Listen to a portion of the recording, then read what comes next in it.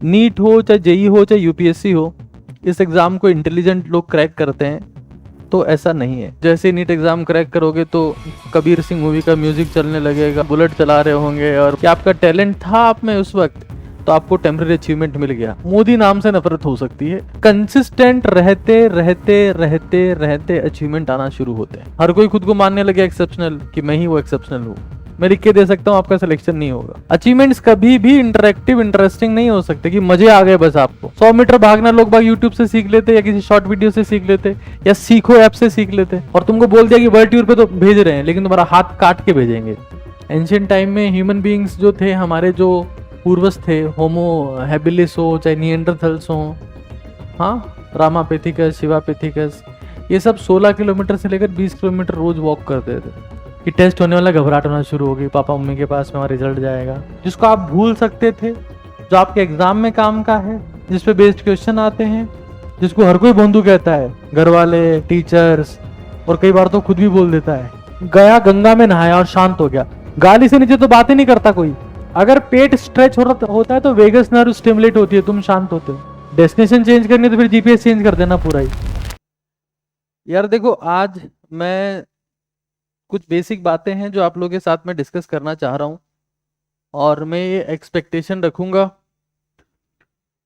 कि आप लोग इन चीज़ों को थोड़ा नोट डाउन करेंगे।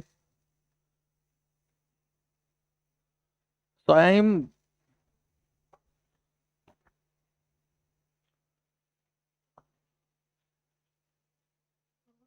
some rules for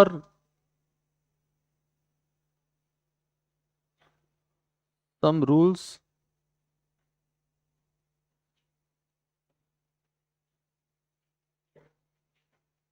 for NEET 2027। देखिए, मुझे तो इस एग्जाम को क्रैक किए हुए हो गए आज तकरीबन तकरीबन 16 साल, और आप में हो सकता है कईयों की उम्र अभी 16 साल होगी, है ना। ये सब चलता रहता है। खैर, कोई अचीवमेंट वाली बात नहीं है मेरे लिए कि मुझे 16 साल हो गए हैं। ये तो दुख की बात है कि बुढ़ापा आ गया है, या जो भी है। तो अगर आपको किसी भी पॉइंट में कोई डाउट आए, आपको लगता है कि यार ये चीज़ हमको थोड़ी सी क्रैक नहीं कर रही है, तो लेट मी नो, उसको हम थोड़ा सा डिटेल में और डिस्कस कर सकते हैं। ठीक है। अभी जैसा आप, जितने लोगों का मैंने स्कोर सुना, 300 से कम वाले बच्चे कितने, जिनका स्कोर 300 से कम है? 400 से 300 से 400 के बीच वाले, ठीक है। और 400 से ऊपर वाले, 400 से ऊपर वाले आप, और अच्छा, 500 से ऊपर एक ही बात हो गया, ठीक है। तो यहां पर मैं कुछ बेसिक रूल्स लिख रहा हूं। मैं कोशिश करूंगा कि मैं 27 की बात कर रहा हूं तो मैं 27 चीजें लिख दूं। देखिए, सबसे पहली चीज है ना, फर्स्ट थिंग, अगर आपको ये लगता है कि नीट हो चाहे जेई हो चाहे यूपीएससी हो, इस एग्जाम को इंटेलिजेंट लोग क्रैक करते हैं, तो ऐसा नहीं है। और ये बात कोई ऐसी बात नहीं है जो एक मोटिवेशनल बात हो, एक नॉर्मल सी बात है। एग्जाम हो चाहे कोई और चीज हो, हमेशा हमेशा कंसिस्टेंट लोग, एक्चुअली में क्या होता है ना कि जो तैयारी होती है ना, जब आप में से बहुत सारे लोग तैयारी के लिए कई बार मोटिवेशन के रील्स भी देखते हो, तो उन रील्स में, उन वीडियोस में तो होता है म्यूजिक, और जब बैठ के पढ़ना शुरू करते हैं तो आते हैं न्यूमेरिकल्स, और फिर खोपड़ी दुखना शुरू हो जाती है। वहां तो म्यूजिक चल रहा होता है, अरे क्या मोटिवेशन दिया यार, मजा आ गया यार। यहाँ आते हो तो ध्यान चलती है रियलिटी कि भाई कोई म्यूजिक नहीं है, सामने क्वेश्चन आ रहे हैं और वो अपने से हो नहीं रहे, तो इट बिकम्स वेरी फ्रस्ट्रेटिंग। तो बात यह है ना कि हमेशा हमेशा कंसिस्टेंट लोग इंटेलिजेंट लोगों को हरा देंगे। इस दुनिया में दो सबसे बड़े अचीवमेंट माने जाते हैं। एक अचीवमेंट है वोट का अचीवमेंट, और एक अचीवमेंट है नोट का अचीवमेंट। दुनिया में यही दो अचीवमेंट सबसे पीक लेवल अचीवमेंट्स है। किसी एग्जाम को क्रैक करना कोई महान अचीवमेंट नहीं है, नॉर्मल सी बात है वो। ये मत सोच लेना कि तुम लोग एकदम से, तुम जैसे नीट एग्जाम क्रैक करोगे तो कबीर सिंह मूवी का म्यूजिक चलने लगेगा और तुम, हाँ, बुलेट चला रहे होंगे और बहुत सारी चीजें हो जाएंगी। Nothing will happen, it's a normal stuff. हर साल डिसिप्लिन लोग एग्जाम क्रैक करते हैं और इनडिसिप्लिन लोग ये समझ जाते हैं कि वो इस एग्जाम को क्रैक क्यों नहीं कर पाए, मतलब there is regrets for them. तो हमेशा हमेशा कंसिस्टेंट लोग, यानी कि निरंतर, जिनमें निरंतरता है, वो लोग उन लोगों को हरा देंगे तो ज्यादा बुद्धिमान है। क्योंकि talent is temporary stuff, discipline is a permanent. अगर आपको ये लगता है कि यार मेरे 5वीं क्लास में, 8वीं क्लास में, 10वीं क्लास में 90% है तो मैं महान हो गया, that was just a temporary talent achievement.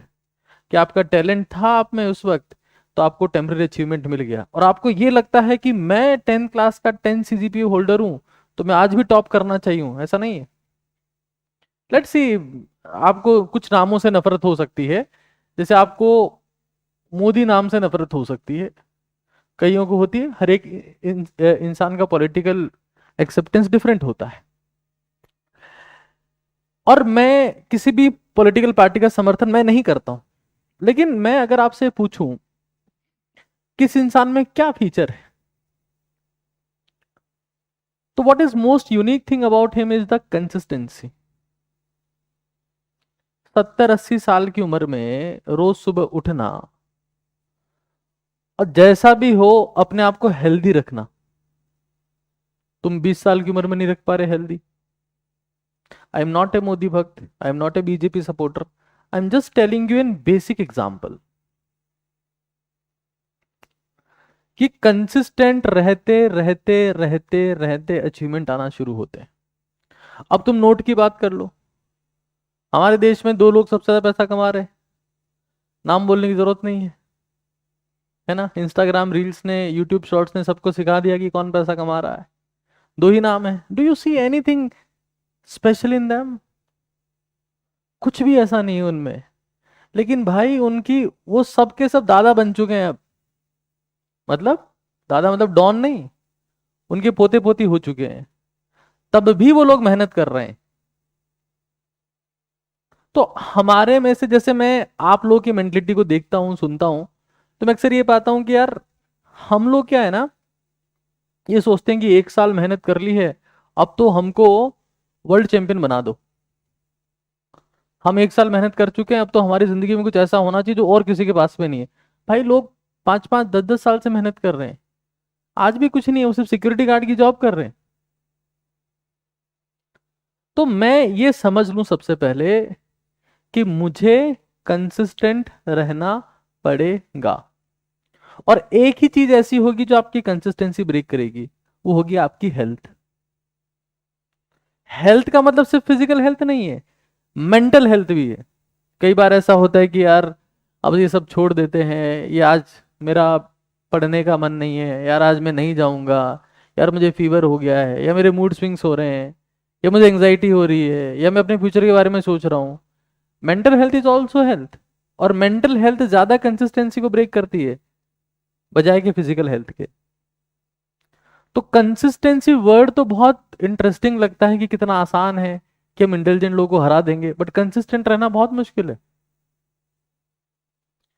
तो पहली चीज जो हमको समझ लेनी है कि इस तैयारी में हमको 3 दिन से ज्यादा की छुट्टी नहीं लेनी है। हर चीज के रूल्स आते हैं। Consistent is more successful then intelligent. यहां मैंने आपको बता दिया, जो लोग नोट कमा रहे हैं उनके नाम मेरे को बताने की जरूरत नहीं है, अंबानी अडानी दोनों ही हैं। लेकिन मैं आपसे ये कहना चाह रहा हूं कि आपकी, आप हो सकता है आपने लेट ज्वाइनिंग की, लेकिन नॉट मोर देन 3 लीव्स। 3 दिन से ज्यादा की छुट्टी आपको नहीं लेनी है। अगर आपकी वेकेशन ग्रेटर देन 10 डेज है, मैं लिख के दे सकता हूं आपका सिलेक्शन नहीं होगा। हाँ, आप एक्सेप्शनल हो तो बात अलग है। अब ऐसा भी हो सकता है कि जैसे मैंने ये बात बोली कि आप एक्सेप्शनल हो तो बात अलग है, अब हर कोई खुद को मानने लगे एक्सेप्शनल, कि मैं ही वो एक्सेप्शनल हूं। इस हवा में कई लोग आ जाते हैं।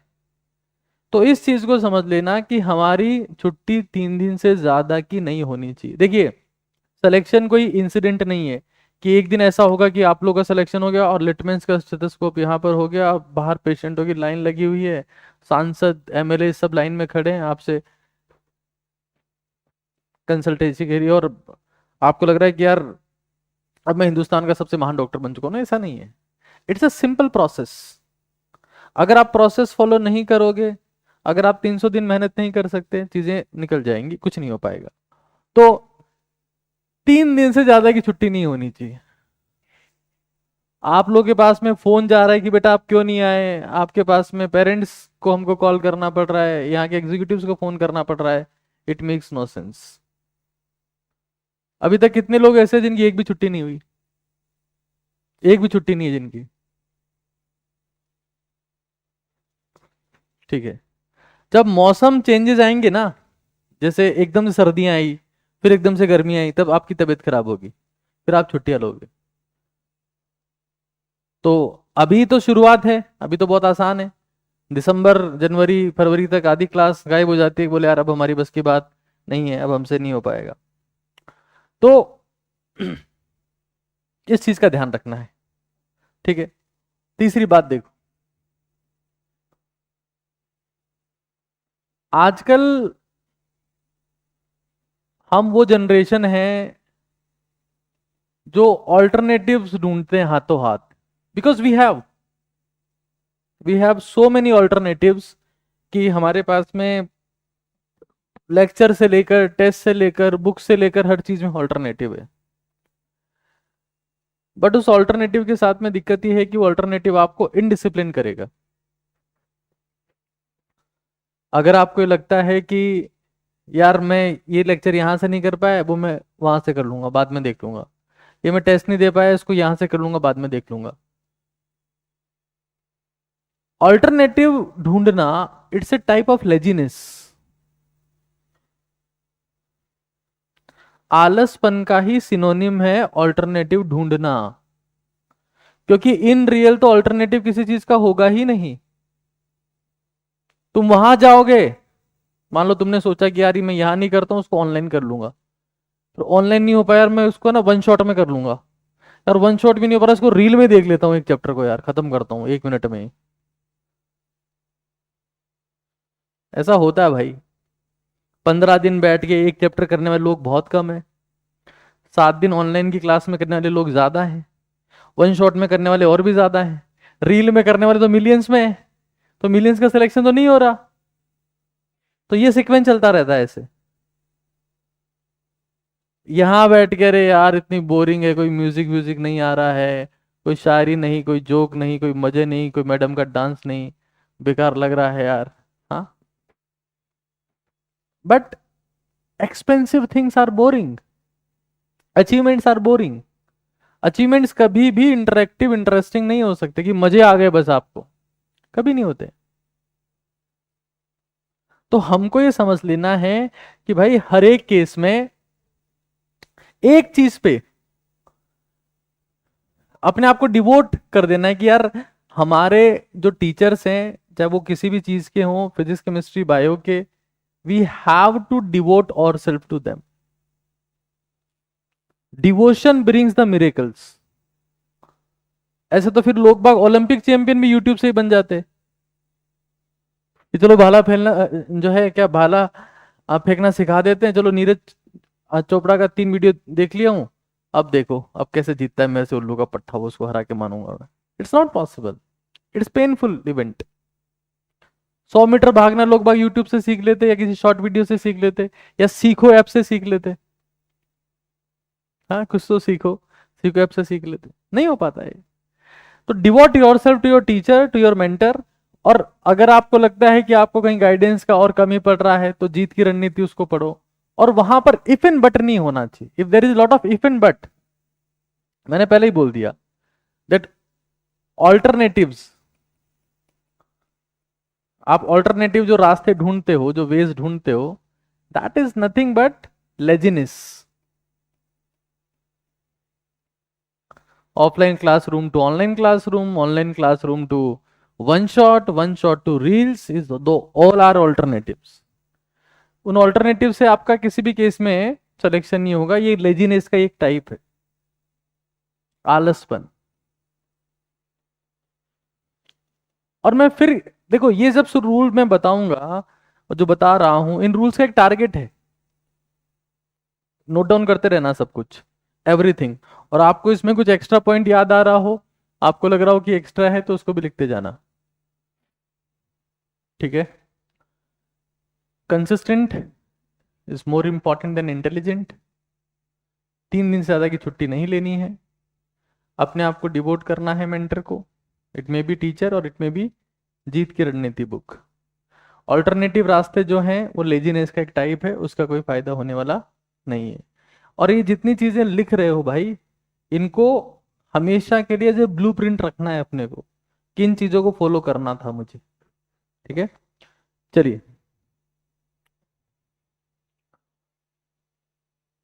आगे चलते हैं।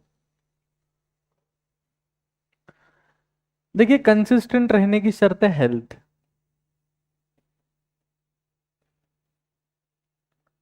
और हेल्थ को डैमेज करने वाली एक ही चीज है, स्ट्रेस। जो कंपटीशन एग्जाम बहुत ज्यादा पैदा करता है। कंपटीशन एग्जाम बहुत ज्यादा स्ट्रेस पैदा करता है। और दूसरा पैदा करते हैं घर वाले। तो ये तुमने अच्छा किया कि तुम बहुत दूर आ गए उनसे। आप में से कितने लोग ऐसे हैं जिनकी हेल्थ बहुत जबरदस्त है?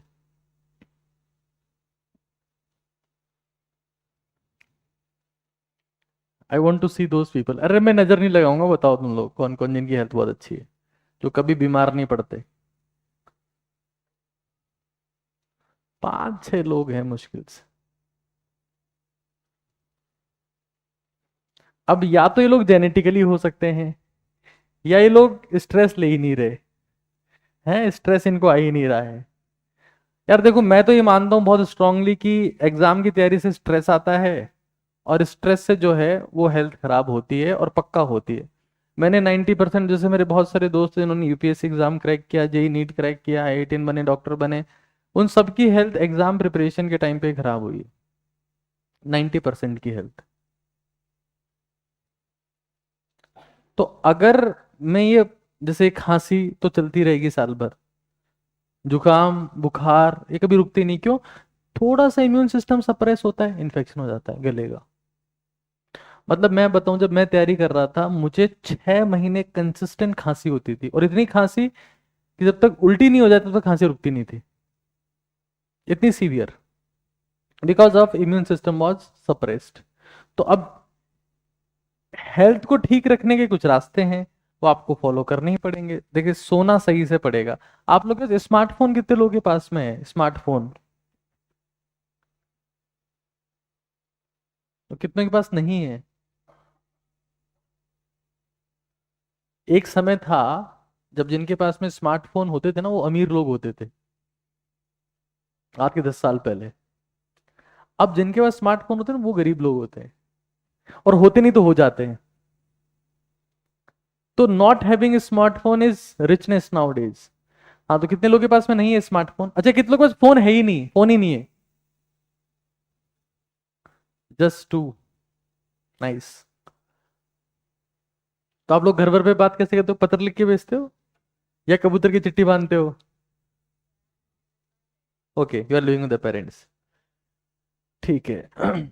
और जिन लोगों के पास स्मार्टफोन नहीं है, उनके पास कौन सा फोन है? ऑल्टरनेटिव फोन कौन से होते हैं?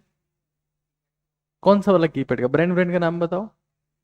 हाँ, माइक्रोमैक्स।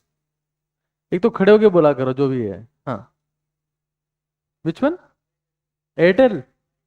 आईटेल? ओके मनन, माइक्रोमैक्स। हाँ, और आप बताओ। नोकिया? चलो, नोकिया के सही दिन आ रहे हैं। That's nice. तो मैं हमेशा इस चीज को डिस्कस करता रहता हूँ कि 3-4-5 चीजें हैं, जिसमें स्लीप है, जिसमें एक्सरसाइज है, जिसमें डाइट है, जिसमें डीप ब्रीदिंग है, जिसमें हाइड्रेशन है, जिसमें साइलेंस है। ये 6-7 चीजें हैं जिससे आपकी हेल्थ परफेक्ट रह सकती है। स्लीप, अगर कोई भी इंसान कितना भी मोटिवेट करे आपको, आपके पेरेंट्स से बोले कि हम लोग जुगनू की लाइट में पढ़ते थे या अगरबत्ती जला के पढ़ते थे, सब झूठ बोल रहे हैं, वो उनसे कोई मोटिवेशन नहीं लेना है। उनकी 10th की मार्क्स उनको जब भी पेरेंट्स आपको मोटिवेट करे बहुत ज्यादा, उनको बोल दिया करो 10th की मार्क्सशीट दिखाओ आपकी। आप देखोगे उसमें किसी के सेकंड डिवीजन है, किसी के थर्ड डिवीजन है, पहले याद हो। तो एस पर हमारे पास में क्या हो गया, S is the sleep. E for exercise. कितने लोग ऐसे हैं आप में से जो एक्सरसाइज करते हैं रेगुलरली? एक्सरसाइज करने को एक्सरसाइज करना नहीं बोलता हूं मैं, रोज एक्सरसाइज करने को एक्सरसाइज करना मानता हूं। कितने लोग रोज एक्सरसाइज करते हैं, रोज एक्सरसाइज करने वाले? अच्छा, कितने लोग ऐसे हैं जो एक्सरसाइज करते हैं उनके रोज पसीना आता है, स्वेटिंग वाले? एक्सरसाइज करने के बाद ना, रोज एक्सरसाइज भी करते हैं, रोज पसीना भी आता है, ऐसे लोग पूछ रहा हूं मैं। बताओ आप क्या एक्सरसाइज करते हैं आप? Which workout you do? Home workout क्या करते हैं उसमें? माने रोज करते हो? कितने टाइम से कर रहे हो?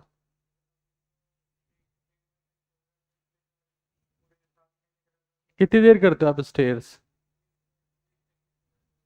20 से 21 मिनट, 1 मिनट का भी ध्यान रहता है उसमें? ठीक है। और और कौन था वर्कआउट करने वाला? यस, आप बताओ। तुमसे पूछने की जरूरत नहीं, तुम रुक जाओ। हाँ, आप बताओ। आप कहाँ रहते हो जयपुर में?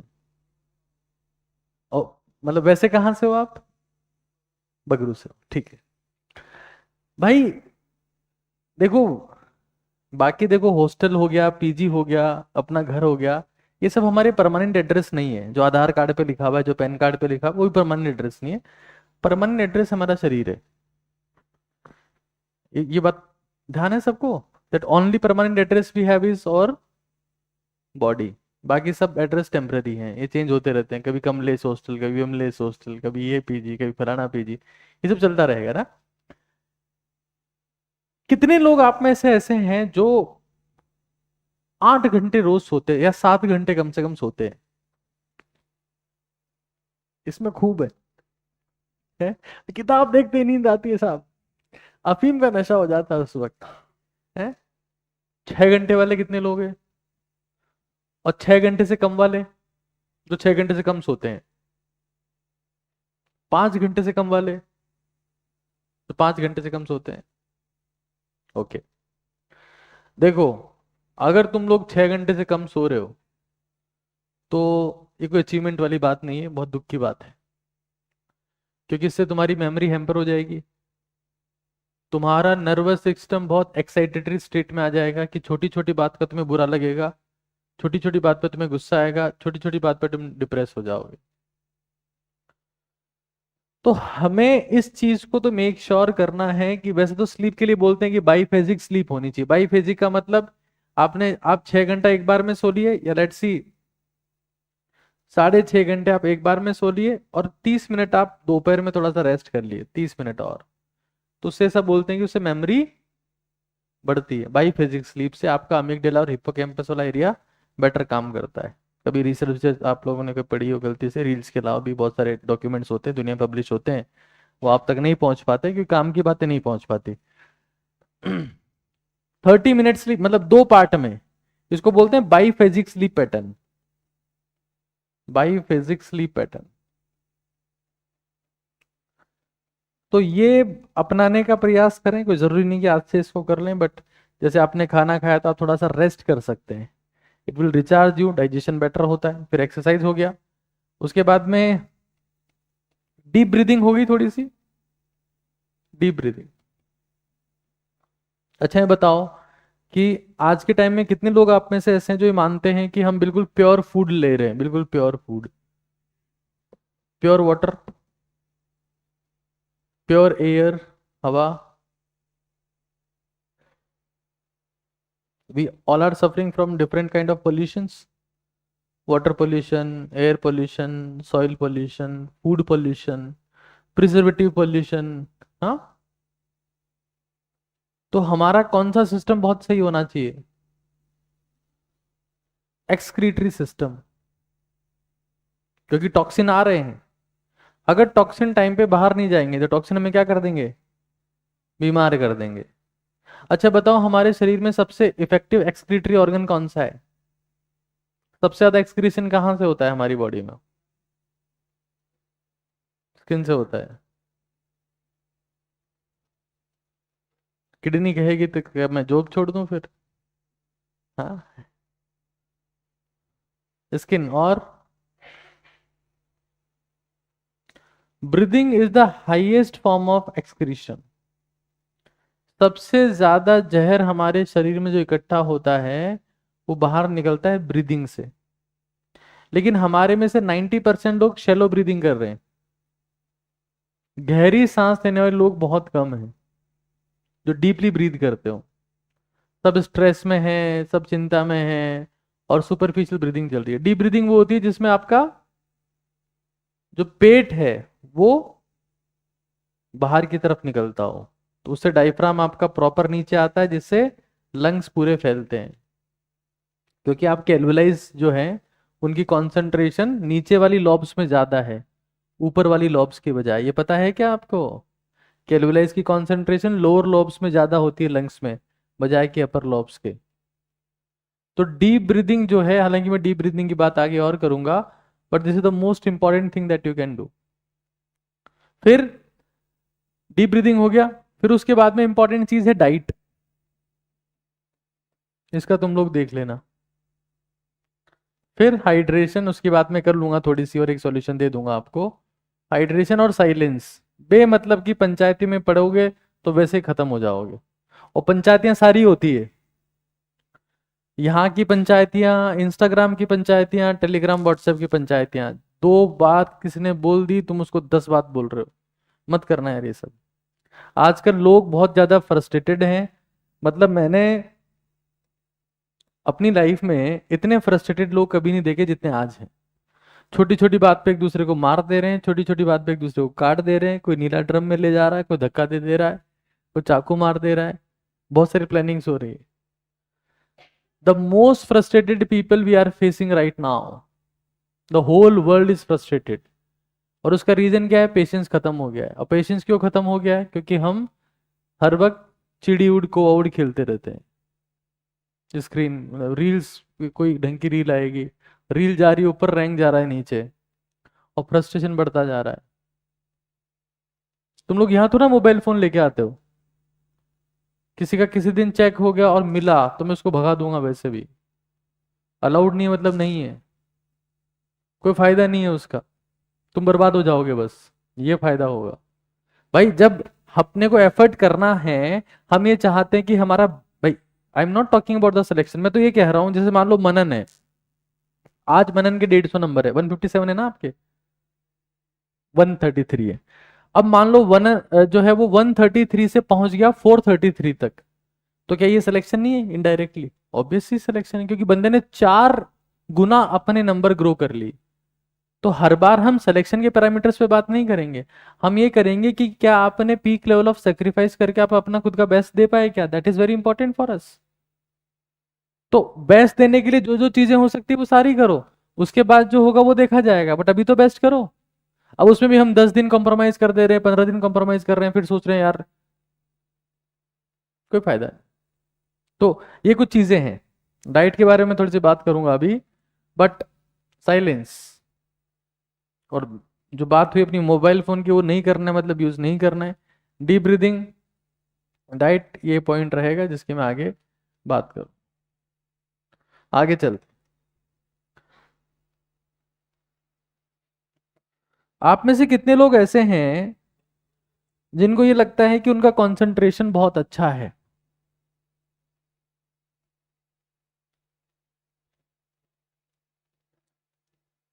ठीक है, आप बताओ, आपका क्या नाम है?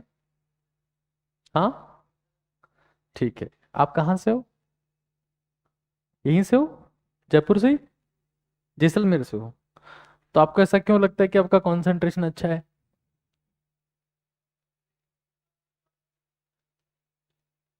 बारिश का मौसम चल रहा है, सांप वाप नहीं आ जाए? भले ही आ जाओ, कोई दिक्कत नहीं है। नाइस। आप बताइए, आपका क्या नाम है? वाह। आप कहाँ से हो? आपका कंसंट्रेशन बहुत अच्छा है। कब ध्यान चला आपको अपनी ताकत के बारे में? यार मुस्कुराते हो हर बात पे यार, जवाब देते नहीं हो तुम लोग। हाँ, यहाँ आने के बाद पता लगा, यहाँ ताकत का एहसास हुआ आपको यहाँ के। That's nice. कैसे पता लगा? अभी कितने घंटे पढ़ रहे हो रोज?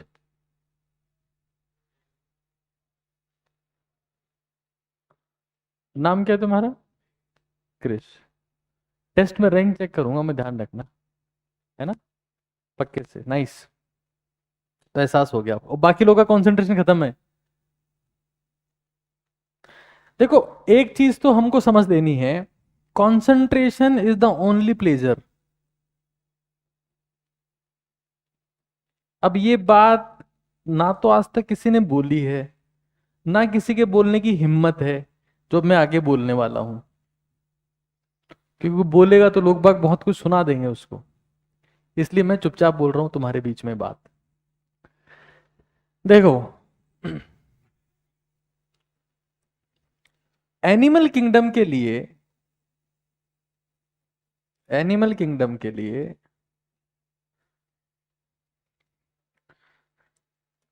ध्यान से सुनना, इसको समझना, कॉन्सेप्ट तुम्हारी जिंदगी में काम आएगा। हम ये मानते हैं कि reproduction is the highest level of pleasure. Reproduction is highest pleasure, but कुछ ऐसे लोग हैं जो इसी सेगमेंट में काम कर रहे हैं, वो इनका प्रोफेशन है, but for them this is not pleasure. क्यों? क्योंकि उनका ध्यान इस चीज पे है ही नहीं।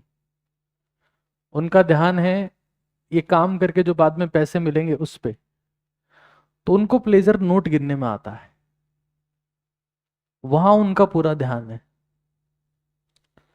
मैं ये कहना चाहता हूं कि इस दुनिया में किसी काम में प्लेजर नहीं है। प्लेजर एक ही चीज में है, एकाग्रता में। और ये जो बात है, ये महात्मा बुद्ध ने जितनी बातें बोली है, उनका असेंस निकल के यही आएगा।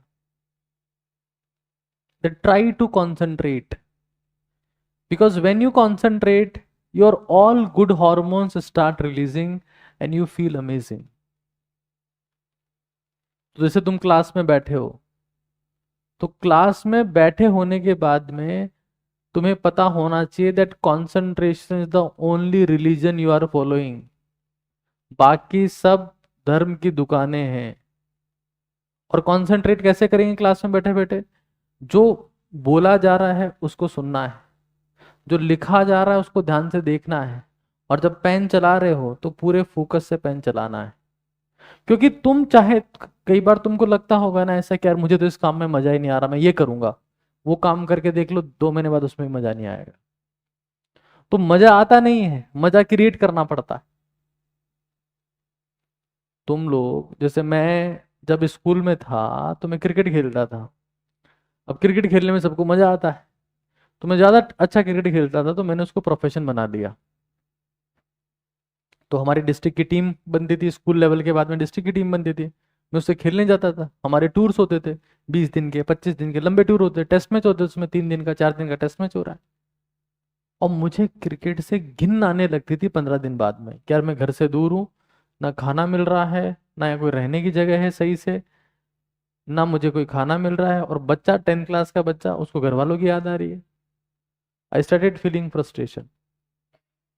तो तुम किसी भी काम को कर लो, जैसे मान लो तुम गए किसी पॉलिटिशियन के पास में जो सीएम बना हुआ है या पीएम बना हुआ, उससे पूछो यार आप तो मालिक हो, आपको मजा आते होंगे, वो फिर तुम्हें जो गालियां सुनाएगा, जो कहानियां सुनाएगा ना, तुम्हारा दिमाग फट जाएगा। क्योंकि एंजॉयमेंट किसी पोस्ट में नहीं है, किसी रैंक में नहीं है, किसी अचीवमेंट में नहीं है, वो एक प्रोसेस में है। जैसे तुम पढ़ रहे हो, एक प्रोसेस है, लेकिन तुम बेमन पढ़ोगे ना तो फ्रस्ट्रेट हो जाओगे। और कंसंट्रेशन एक आदत होनी चाहिए कि मैं क्लास में बैठा हूं तो मुझे अब ये टारगेट सेट करना है, that I need to concentrate now. तो वैसे कहा गया है कि 3 चीजों में इंसान को प्लेजर आता है। एक आता है सेक्सुअल एक्टिविटी में या फिर रिप्रोडक्शन में, दूसरा आता है शराब में या किसी नशे में, और तीसरा आता है ध्यान में। तो बाकी दो चीजें हैं ना, वो आपकी एनर्जी को ड्रॉप कर देगी, कोई सा भी नशा हो या कोई एक्टिविटी हो। लेकिन ध्यान से आपकी एनर्जी ड्रॉप नहीं होती है और आप एक्सट्रीम प्लेजर फील करते हो। तो जब आप लोग यहां बैठते हो ना, तो उसको अपना मेडिटेशन का पार्ट माना करो कि मैं यहाँ क्लास ले रहा हूं ध्यान करने के लिए। ध्यान से सुनना है, ध्यान से देखना है, ध्यान से बोलना है, ध्यान से पढ़ना है, ध्यान से लिखना है। अगर ध्यान नहीं होगा तो तुम्हें लंच याद आएगा, लंच का टाइम हो गया यार, और फिर तुम्हारे लिए ये प्रिपरेशन सजा बन जाएगी, फिर मजा नहीं आएगा। मजा तभी आएगा जब तुम एकाग्र हो। जहां एकाग्रता खत्म, वहां वो चीज सजा हो जाएगी। जैसे मान लो तुम्हें बोला कि यार तुम्हें हम वर्ल्ड टूर पे भेज रहे हैं, जाओ वर्ल्ड टूर पे जाओ। तुम वर्ल्ड टूर पे जाओगे और तुमको बोल दिया कि वर्ल्ड टूर पे तो भेज रहे हैं लेकिन तुम्हारा हाथ काट के भेजेंगे। अब तुम वर्ल्ड टूर का मजा ले पाओगे? क्यों? तुम्हारा ध्यान कहाँ है? कटे हुए हाथ में दर्द हो रहा है बहुत तेज भाई। ये तुम्हारा वर्ल्ड टूर तुम्हारे को मुबारक हो। आईफिल टावर तुम देख रहे हो और तुम्हें हाथ दिख रहा है, because you are not concentrated. तो हमको ये समझ लेना है, the biggest thing that you can achieve in your life is ability to concentrate. और कोई सा भी काम करो, जैसे मान लो खाना खा रहे हो तो फिर पूरा ध्यान खाने पे ही लगाओ ताकि सलाइवेशन बेटर हो।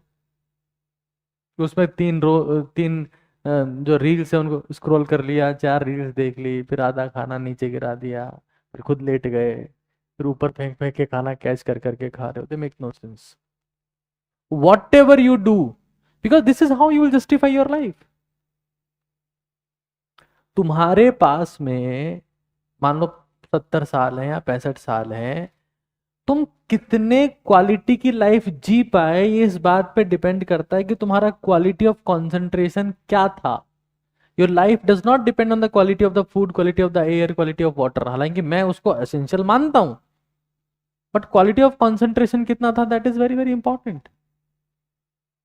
The concentration the only feature by which we can differentiate ourself from the rest of the animals. कि हमारे में वो कंसंट्रेट करने का फीचर है जो गाय में, भैंस में, कबूतर में, बिल्ली में, ऊद बिलाव में नहीं है, हमारे में। तो when you sit in the class, when you come here, think that I am here to practice concentration and you will start loving everything। वरना अब स्टार्ट कहां से होता है कंसंट्रेट करना? शरीर से। सबसे पहले शरीर आपका सही फिजिकल स्टेट में होना चाहिए, मतलब बीमार नहीं होना चाहिए। बीमार शरीर कंसंट्रेट नहीं कर सकता। थोड़ा बहुत कुछ खाया हुआ होना चाहिए, खाली पेट कंसंट्रेट नहीं कर सकता। फिर बॉडी स्टिल रहनी चाहिए, हिलता डुलता शरीर कभी कंसंट्रेट नहीं कर सकता। स्टिल। जब शरीर स्थिर होगा तो दिमाग स्थिर होगा, तब वो फोकस करना शुरू करता है। कुछ बेसिक बातें हैं, और ये मैं नीट की तैयारी की बात नहीं कर रहा हूं, मैं तुम्हारी लाइफ टाइम के लिए बात कर रहा हूं। कि तुम मान लो 70 साल जिए या 80 साल जिए, बट तुम्हारी लाइफ में कंसंट्रेशन नहीं था, तो तुम्हारे अचीवमेंट शून्य के बराबर होंगे। लेकिन तुम 50 साल जिए, 45 साल जिए, but you lived extremely concentrated life, not diluted life, you will win the world. तो कंसंट्रेशन को अपनी आदत बनाने का प्रयास करो ताकि तुम्हें जिंदगी जीने में मजा आए, वरना लाइफ तुम्हारी सजा हो जाएगी। समझ पा रहे हो बात को?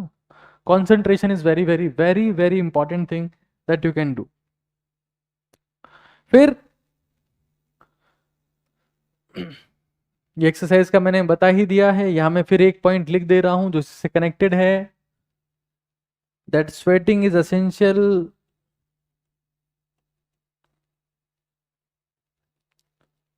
For long term sweet memories.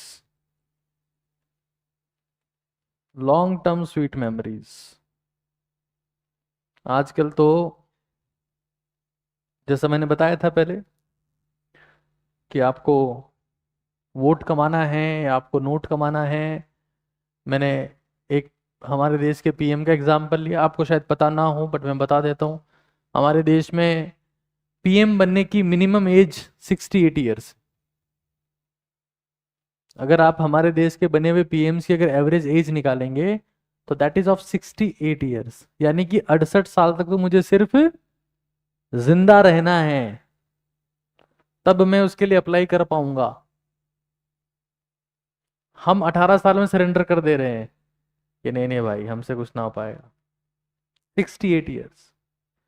तो अगर मुझे लंबे समय तक कंसिस्टेंट रहना है तो मुझे हर दिन पसीना बहाना पड़ेगा।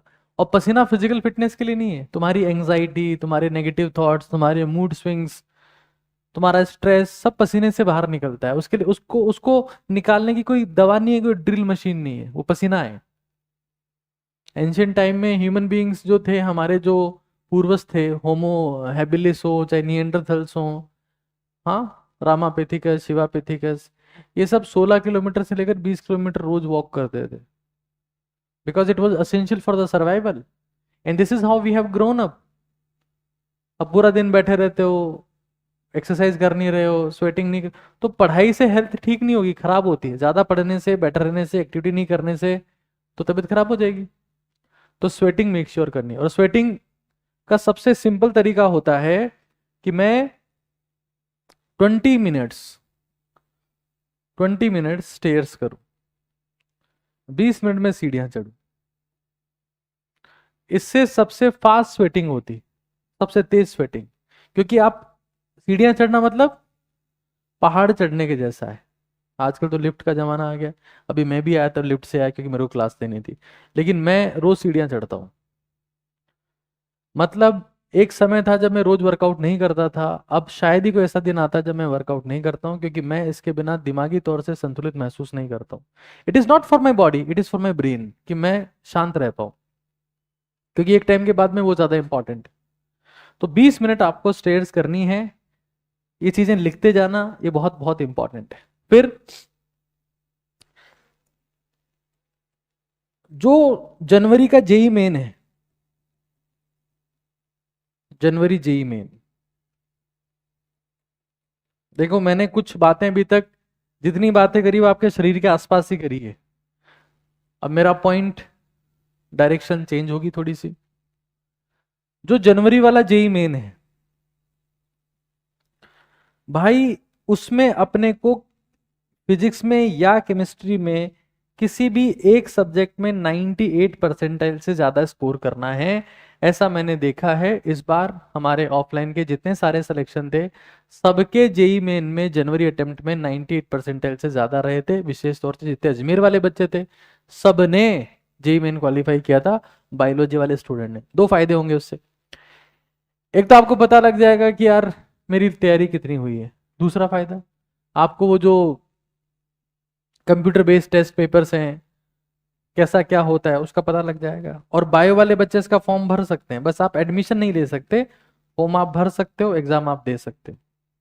तो ये मत सोचो कि मई में परीक्षा है। बहुत इंटेंसिटी के साथ में तैयारी करोगे ना, तो तुम्हें महसूस होगा कि तुम एक एग्जाम को 2 बार क्रैक कर रहे हो। जेई भी क्रैक कर लिया तुमने, तुमने नीट भी क्रैक कर लिया। आराम से पढ़ लेंगे, बाद में हो जाएगा, कुछ नहीं हो पाएगा। जो करना हो भाई, अभी क्या चल रहा है, अगस्त चल रहा है, अगस्त, सितंबर, अक्टूबर, नवंबर, दिसंबर, 5 महीने तुम्हारे पास, जनवरी में हो जाएगा। तो तुम 5 महीने ये करो कि मुझे 5 महीने स्प्रिंट करना है। और कोई भी बच्चा ऐसा नहीं होना चाहिए जो जेई मेन का फॉर्म ना भरे। मैं क्लियरली कह रहा हूं इस बात को।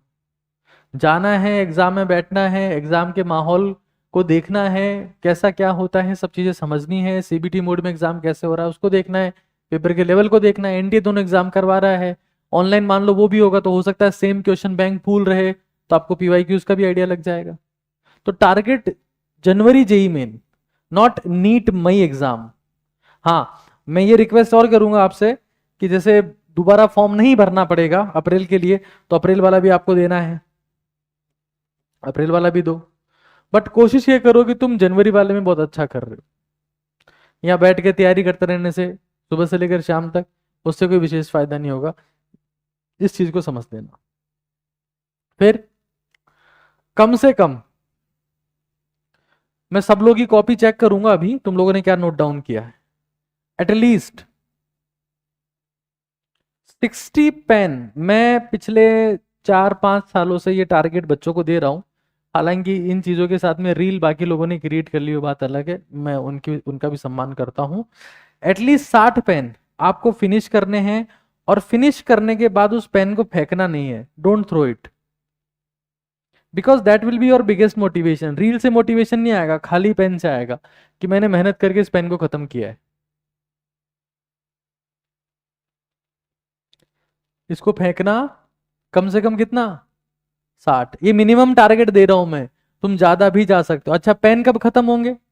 जब तुम क्या पढ़ोगे, बायो या फिजिक्स केमिस्ट्री? अच्छा, ब्रेन डेवलपमेंट कब होगा? तुम क्या पढ़ोगे, बायो या फिजिक्स केमिस्ट्री? बायो पढ़ने वाले स्टाफ नर्स बनते हैं, फिजिक्स केमिस्ट्री पढ़ने वाले डॉक्टर बनते हैं, सीधा सीन है। अगर तुमको लगता है ना कि बायो से तुम्हारा सिलेक्शन हो जाएगा, लिविंग वर्ड पढ़ रहे हैं, एनिमल किंगडम पढ़ रहे हो, मजा आ गया, बायोलॉजिकल क्लासिफिकेशन, कुछ नहीं होता उससे। पढ़ो, लेकिन रेशियो क्या होना चाहिए? रेशियो ये होना चाहिए, पीसीबी का रेशियो फिक्स होता है। अगर मैं 6 घंटे पढ़ रहा हूं तो रेशियो 3:2:1 होता है। यानी कि 3 घंटे फिजिक्स, 2 घंटे केमिस्ट्री, 1 घंटे बायोलॉजी। अब मान लो मैं 12 घंटे पढ़ रहा हूं, तो अपने आप रेशियो निकाल लो। मैं 6 घंटे नहीं, 3 घंटे ही पढ़ रहा हूं, तो रेशियो खुद निकाल लो। हम उल्टा करते। आपने सुना होगा ना, that if you want to become successful, leave your comfort zone. Leave your comfort zone. अब जैसे ही हम लोग ये कॉट पढ़ते हैं, हमने अगर 2 तकिए लगा रखे होते हैं तो हम 1 तकिया निकाल देते हैं, फिर दोबारा कॉट पढ़ लिया, वापस से दोनों तकिए फेंक देते हैं, बोले हमारा कंफर्ट जोन है। अरे गंवारो, कंफर्ट जोन वो होता है जिसमें आप जैसे टफ सिचुएशन में आते हो उसकी तरफ भागते हो।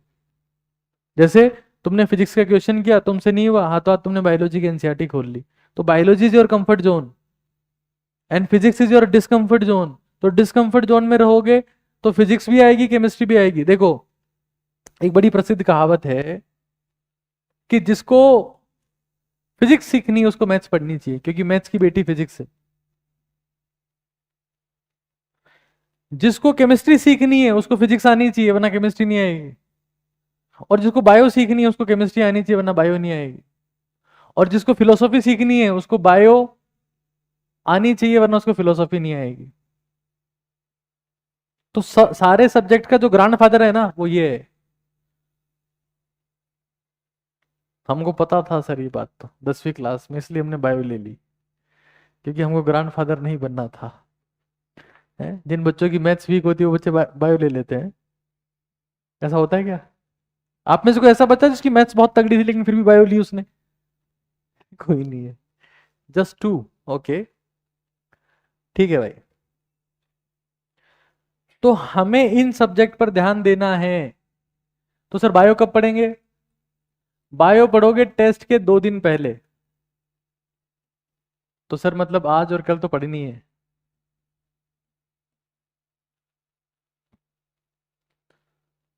वैसे भी तुम लोग हफ्ते भर तो पढ़ते नहीं हो, और टेस्ट के 2 दिन पहले बायो भी पढ़ते हो, क्यों? ताकि नंबर आ जाए, इज्जत बचाने वाले नंबर आ जाए हमारे कम से कम, तो बायो भी पढ़ते हो लास्ट में। तो कहने का मतलब ये है कि पढ़ना है 12-13 दिन, लेकिन आखिरी टाइम में। देखो, मैंने फरवरी के महीने से बायो पढ़ना स्टार्ट किया था, और मेरे नंबर थे 654 800 में से, और मेरा स्टेट रैंक था 78। ठीक है। मैं अपने स्टूडेंट्स को पढ़ाता हूँ, पूछता हूँ, तो उल्लू के पट्टों के किसी के नंबर ही नहीं होते इतने तो। और मेरे फिजिक्स में 49 क्वेश्चन करेक्ट थे। मेरे साथ जितने भी मेडिकोस थे, जितने भी एमबीबीएस में आए थे, वो बायो के दम पे नहीं आए थे। डॉक्टर बनते हैं फिजिक्स और केमिस्ट्री के दम पे। जिस साल उनकी फिजिक्स केमिस्ट्री अच्छी हो गई थी, उस साल वो मेडिको बन गए थे। और जिस साल उनकी बायो ठीक थी, उनका लगातार बीएससी नर्सिंग में एडमिशन हो रहा था, आजा बीएससी नर्सिंग में आजा। And this is how you and up destroying your life, because bio आपको सिर्फ नंबर देगी। मेडिकल कॉलेज का गेट, जो गेटमैन है ना, जो गेट कीपर है, जो गार्ड है वहां पे, वो फिजिक्स बैठा है कि भाई फिजिक्स ऐसी है, बेकार भाग यहाँ से, फिजिक्स ऐसी है अच्छी। This is what is game. Physics और केमिस्ट्री, मेनली फिजिकल केमिस्ट्री। खैर, तो इस चीज को समझ लेना है।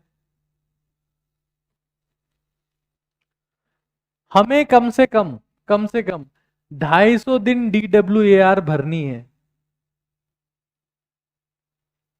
250 डेज। DWR कितने लोगों को मिल गई? कोई ऐसा इसको नहीं मिली? तुम लोगों को नहीं मिली? आउट ऑफ स्टॉक बोल रहे हैं।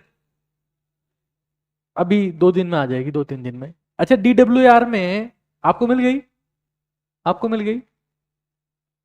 DWR में डी का मतलब क्या है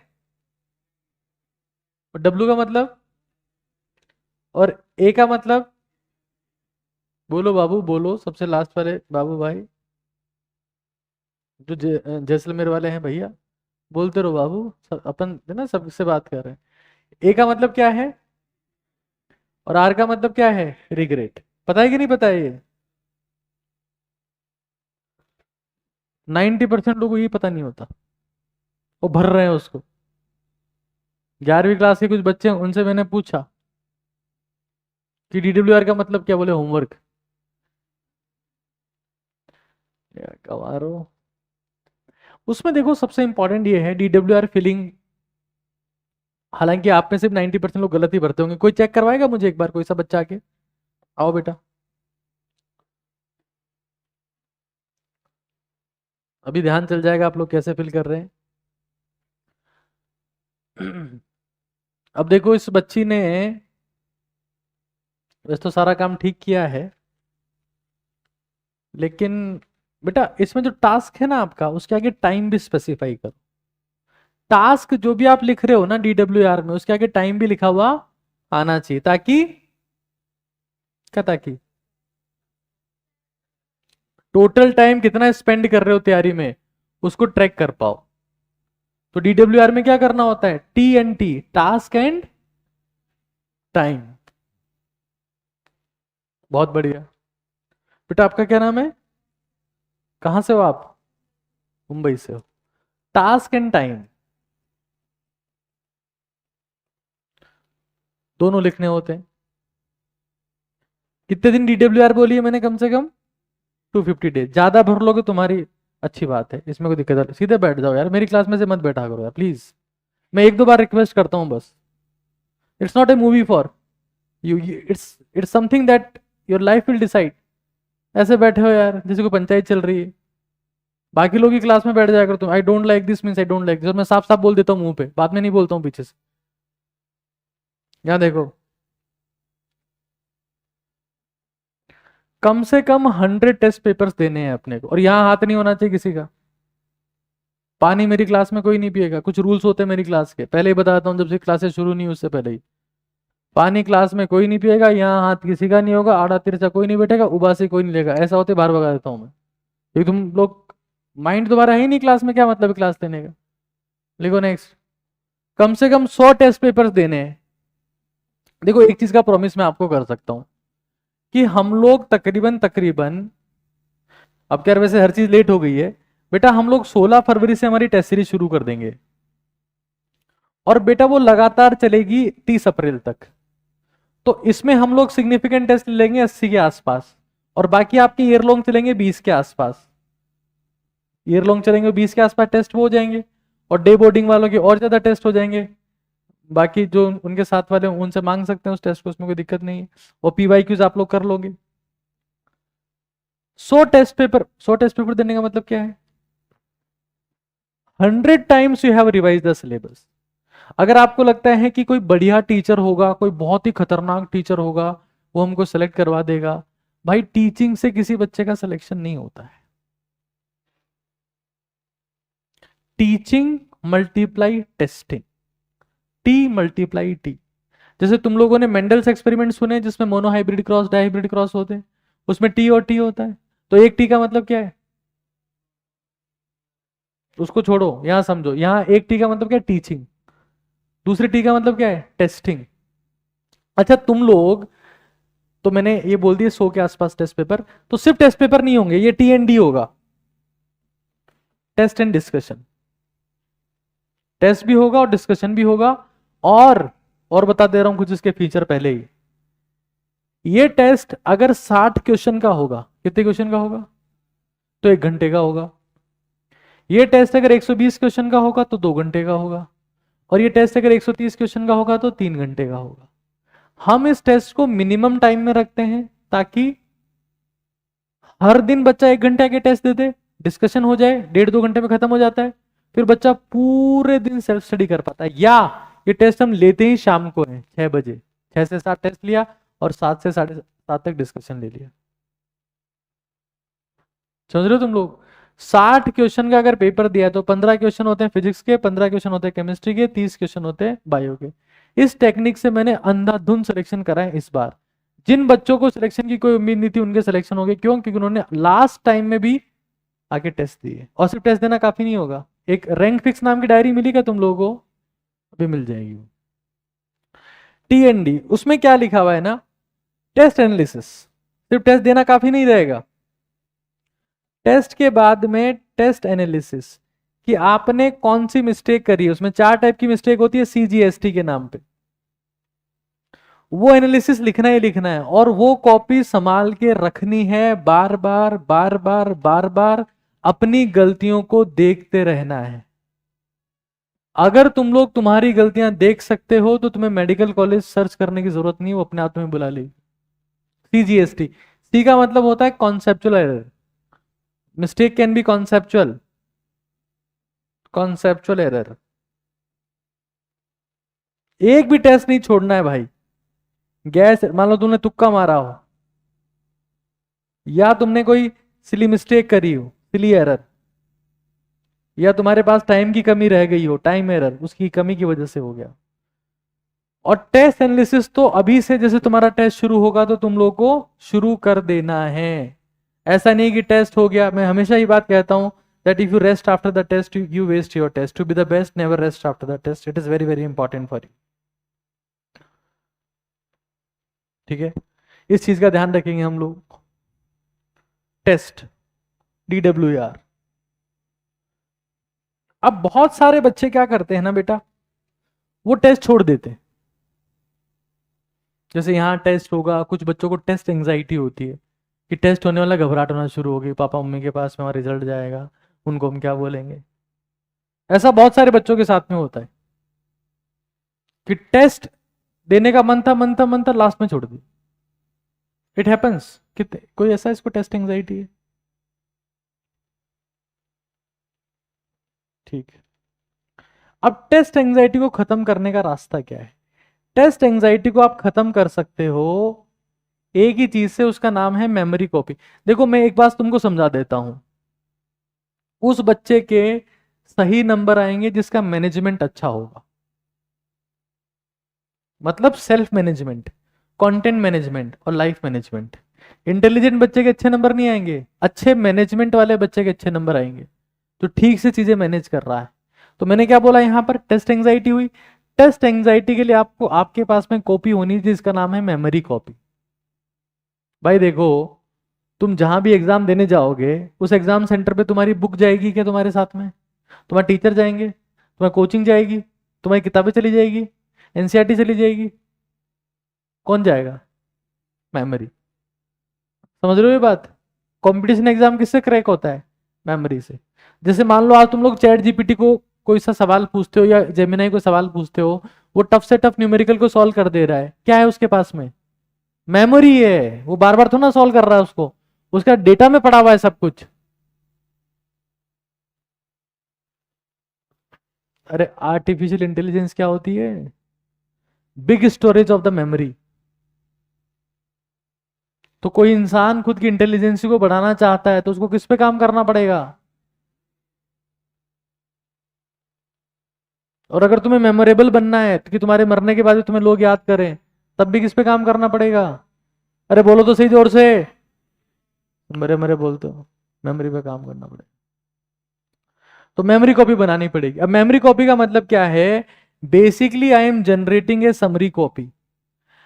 अब समरी कॉपी या समराइजेशन करने में लोग क्या करते हैं कि इस मैडम ने अपने टेलीग्राम चैनल पे पीडीएफ डाल दिया, मैंने उसको डाउनलोड कर लिया, ना मैडम का सिलेक्शन हुआ ना मेरा हुआ, मजा आ गए दोनों को। अब हम दोनों रील बनाते हैं, मैडम भी और मैं भी, एक दूसरे को टैग करते हैं, मैडम भी और मैं भी। Don't do that. If you are just downloading the PDF from the random people, you will never get select. खुद के समरी नोट्स खुद बनाना है। वो कैसे बनाना है मैं आपको टेक्निक बताता हूं। जैसे मान लो क्लास हुई, क्लास में जो टीचर होते हैं वो काम की बातें बताते हैं 4 से 5 लाइन की। 1 से 1.5 घंटे क्लास में 4 से 5 लाइनें होती है जो सुपर इंपॉर्टेंट होती है, उसको लास्ट में लिख लिया करो क्लास क्रक्स के नाम से या क्लास समरी के नाम से, इमीडिएटली हाथों हाथ ही। ऐसा नहीं 4 दिन बाद में ढूंढ रहे हैं क्लास क्रक्स और उसके बाद में कॉपी नहीं मिल रही है, ऐसा नहीं करना है, हाथों हाथ इमीडिएटली यहाँ बैठ के। कई लोग तो मैं देखता हूँ, अभी मैं वहां उससे क्या सीसीटीवी से चेक कर रहा था, क्लास चल रही बीच में चले जा रहे टॉयलेट करने।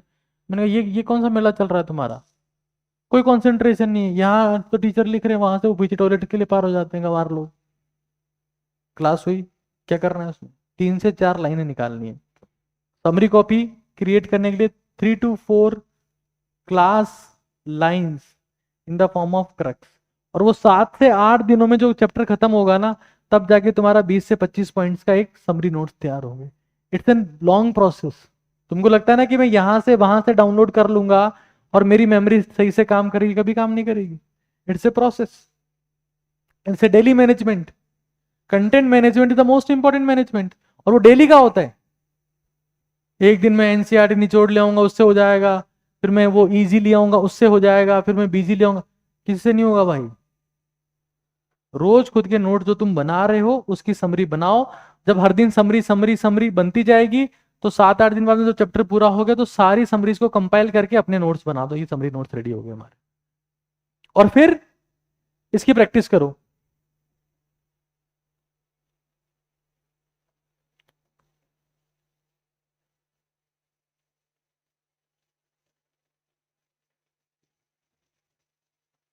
BSMP, इसका मतलब क्या है, ब्लैंक शीट मेमोरी प्रैक्टिस।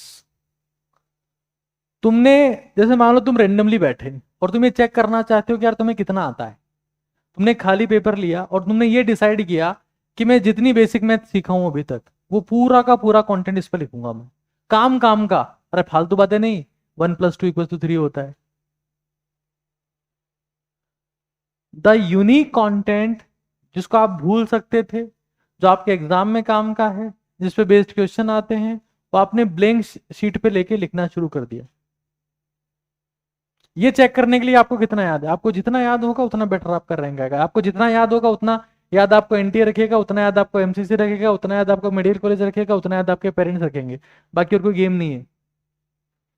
अरे नरेंद्र मोदी ने तो इसके दम पे सरकार बना दी कि मैं बिना देखे बोलता हूं, और वो क्या राहुल गांधी टिप टिप के बोलता है, ऐसी बातें बोल बोल के सरकार बना दी। Your memory is the most important thing that you can, because you are your memory. तुम्हें जो याद है तुम वैसे ही बिहेव करते हो, तुम्हारे घर वालों के सामने, तुम्हारे पेरेंट्स के सामने, किसी और के सामने, टीचर्स के सामने। Focus on the memory. और उसको प्रैक्टिस कैसे करेंगे, ब्लैंक मेमोरी शीट, मतलब आपने एक पेपर लिया, खाली पेपर, उस पर लिखने लग गए चैप्टर। इजी सब्जेक्ट से शुरू कर दो।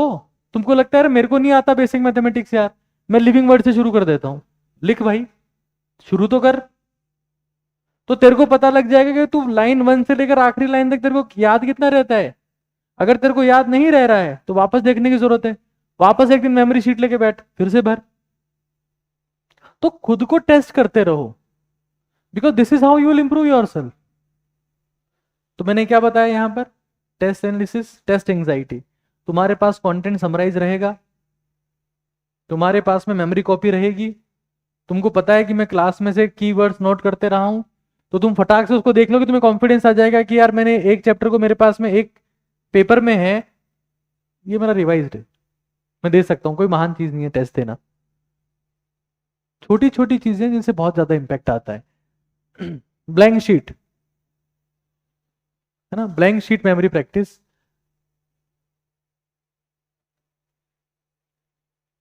और मैं एक चीज जानता हूं कि कुछ फूड्स भी होते हैं, जैसे मेमोरी को अगर अल्टीमेट बनाना है कि कुछ भूल ही नहीं रहे, मेमोरी को पीक, क्योंकि सारा गेम इसका है। 3 टाइप की मेमोरी होती है, पता है आप लोग को?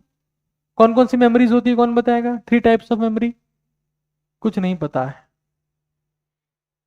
अभी जे दीप ने आज नाश्ते में क्या खाया था, समोसा चटनी के साथ में खाया था, ये पता है उल्लू के पट्टा को, कि देखते रीले हैं गंवार लोग। टाइप्स ऑफ मेमोरी बताओ।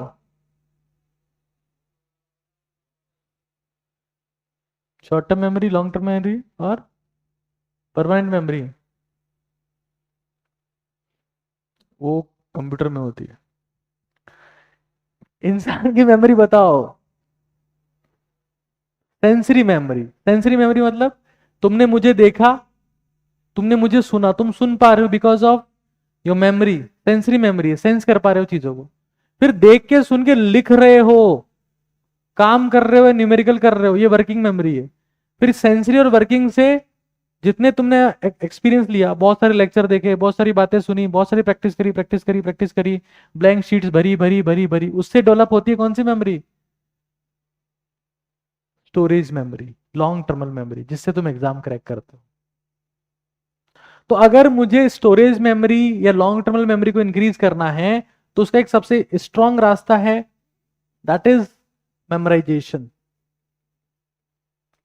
भाई मैं इतने टूल्स बता रहा हूं ना, यूपीएससी की तैयारी करने वाले बच्चों को और उनको तैयारी करने वाले टीचर्स को पता नहीं होते। तुम किसी भी एक का यूज कर लो, your life will be changed.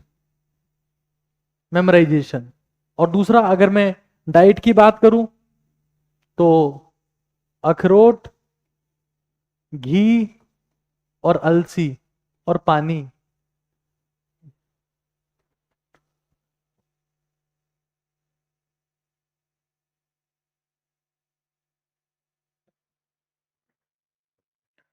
कितने लोगों को पता है व्हाट इज मेमोराइजेशन? बताओ बेटा, आप बताओ।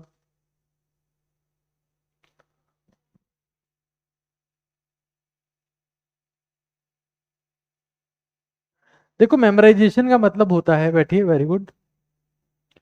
मेमोराइजेशन का मतलब होता है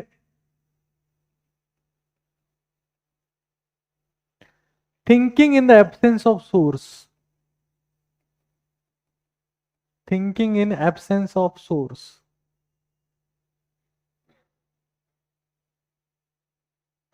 फॉर एग्जाम्पल, आप बायोलॉजी पढ़ते हो एनसीईआरटी से, और आपके पास में एनसीईआरटी नहीं है,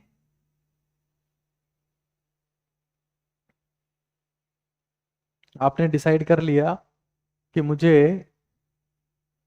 लिविंग वर्ल्ड के बारे में सोचना है, और आप खाना खा रहे हो, खाना 20 मिनट में खाते हो, और 20 मिनट में आपने लिविंग वर्ल्ड पूरा सोच लिया, स्टार्टिंग से एंडिंग तक। That is the unique thing. उससे आपकी मेमोरी परमानेंट हो जाती है। लेकिन मेमोराइजेशन आप तभी कर पाओगे जब आपके पास में समराइजेशन हो रखा हो, कंटेंट का समरी बना हुआ हो। बिना कंटेंट समरी का मेमोराइजेशन नहीं कर पाओगे। और जो बच्चा बिल्कुल भौंट है, जो बिल्कुल भोंदू है, जिसको हर कोई भोंदू कहता है, घर वाले, टीचर्स, और कई बार तो खुद भी बोल देता है कि मैं भोंदू हूं, even he can crack any exam with the use of the memorisation. Any exam. खाना खा रहे हो, नहा रहे हो, यहाँ आ रहे हो, वॉक कर रहे हो, यहां से वापस जा रहे हो, what are you doing? Keep thinking.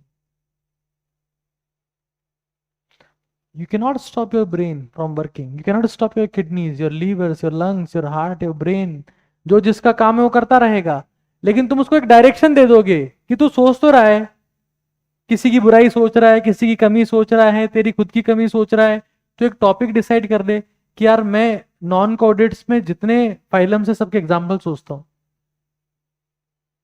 तो उसको जब तक टॉपिक नहीं दोगे वो सोचेगा नहीं। टॉपिक देने के बाद ही दिमाग सोचता है। और ये स्पेसिफिकेशन कब कर पाओगे तुम लोग? जब तुम्हारे पास में मेमोरी कॉपी बनी हुई है, मतलब समरी कॉपी बनी हुई है, समराइजेशन हो रखा है, खुद के हाथ से लिख के हो रखा है, वरना नहीं हो पाएगा। ठीक है। और ये कुछ फूड्स हैं जो हेल्प करते हैं। अखरोट, एक एकदम खा लिया 1 किलो, कुछ नहीं होगा, रोज खाना थोड़ा थोड़ा, है ना। एक दिन लिया है 5 किलो अखरोट, मेमोरी बढ़ा देते हैं, डायरिया हो जाए, खत्म हो जाओगे तुम लोग। कंसिस्टेंसी से रिजल्ट आता है। जैसे मान लो घी है, ½ किलो खा लिया सर एक दिन में, 1 चम्मच बहुत है। रात को सोते टाइम से तुम दूध पीते हो या जो है वो क्या पानी पीते हो, तो गर्म पानी में डाल लिया, दूध में डाल लिया 1 चम्मच और पी लिया, दैट्स एनफ। या फिर एक आधी बूंद यहाँ नाक में डाल ली, डायरेक्ट वो, ऐसा कहते हैं कि वो है ना ब्रेन से कनेक्टेड होता। Yes, it's true.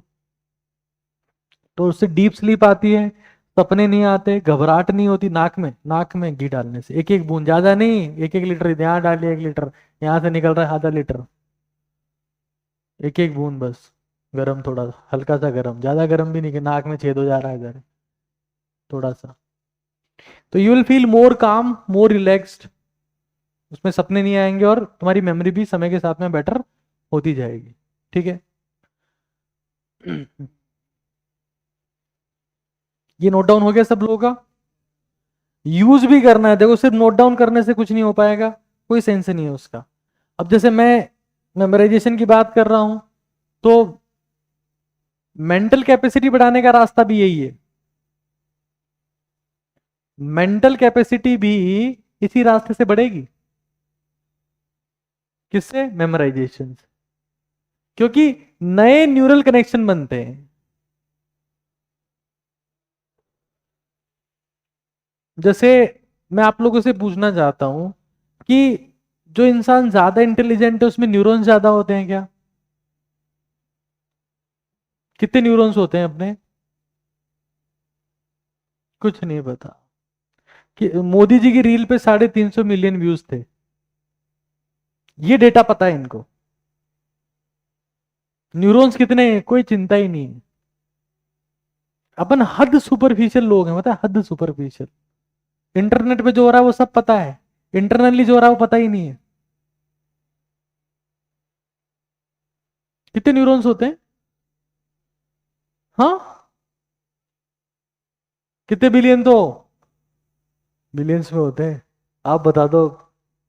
86 billion neurons, that is too much. तो जो एक ज्यादा इंटेलिजेंट इंसान है उसमें न्यूरॉन ज्यादा होते हैं क्या? क्यों? क्यों नहीं हो सकते न्यूरॉन ज्यादा? तो इंटेलिजेंट क्यों है फिर वो ज्यादा? बेटर न्यूरल कनेक्शंस हैं, न्यूरल कनेक्शंस आर बेटर। और न्यूरल कनेक्शन किससे बनते हैं? ट्रेनिंग से। किस टाइप की ट्रेनिंग कर रहे हो, उस ट्रेनिंग से तुम्हारे कनेक्शंस बनेंगे। जैसे मान लो तुम भागने की ट्रेनिंग कर रहे हो, तो तुम्हारे दिमाग को पता होगा कि पैर कैसे रखना है। तुम क्रिकेट खेलने की ट्रेनिंग कर रहे हो, तो वैसे कनेक्शन, यहां बॉल दिखते फ्लिक में छक्का मार देगा वो बैट्समैन, यहां बॉल दिखते कट मार देगा, बिकॉज ये generated such kind of the neural connection. तो मेमोराइजेशन, अब उसने क्या किया, उसके लिए हजारों बॉल्स खेली है। भाई है ना, सचिन वाला स्ट्रेट ड्राइव तो कोई नहीं मारता है, तो भाई उसका न्यूरल कनेक्शन बना हुआ वाला। तो अगर मुझे कनेक्शन बेटर करने हैं खुद से, तो मुझे क्या करना पड़ेगा? मेमोराइजेशन। उसी कंटेंट को बार बार घुमाना पड़ेगा दिमाग में। It will generate the stronger connection and the better memory. ठीक है। तो मेंटल कैपेसिटी हम लोग कैसे इंक्रीज कर सकते हैं? मेमोराइजेशन। क्यों? क्योंकि इससे बेटर न्यूरल कनेक्शंस बनते हैं। अब तुम लोगों ने न्यूरॉन की स्ट्रक्चर तो पढ़ रखी है, कभी मास्टर से ये नहीं पूछा होगा कि हम कैसे कनेक्शन को इंप्रूव कर सकते हैं। ये तो दिक्कत है तुम्हारे साथ में, सब थ्योरी थ्योरी पड़ी हुई है, बाकी ज्ञान किसी को नहीं है।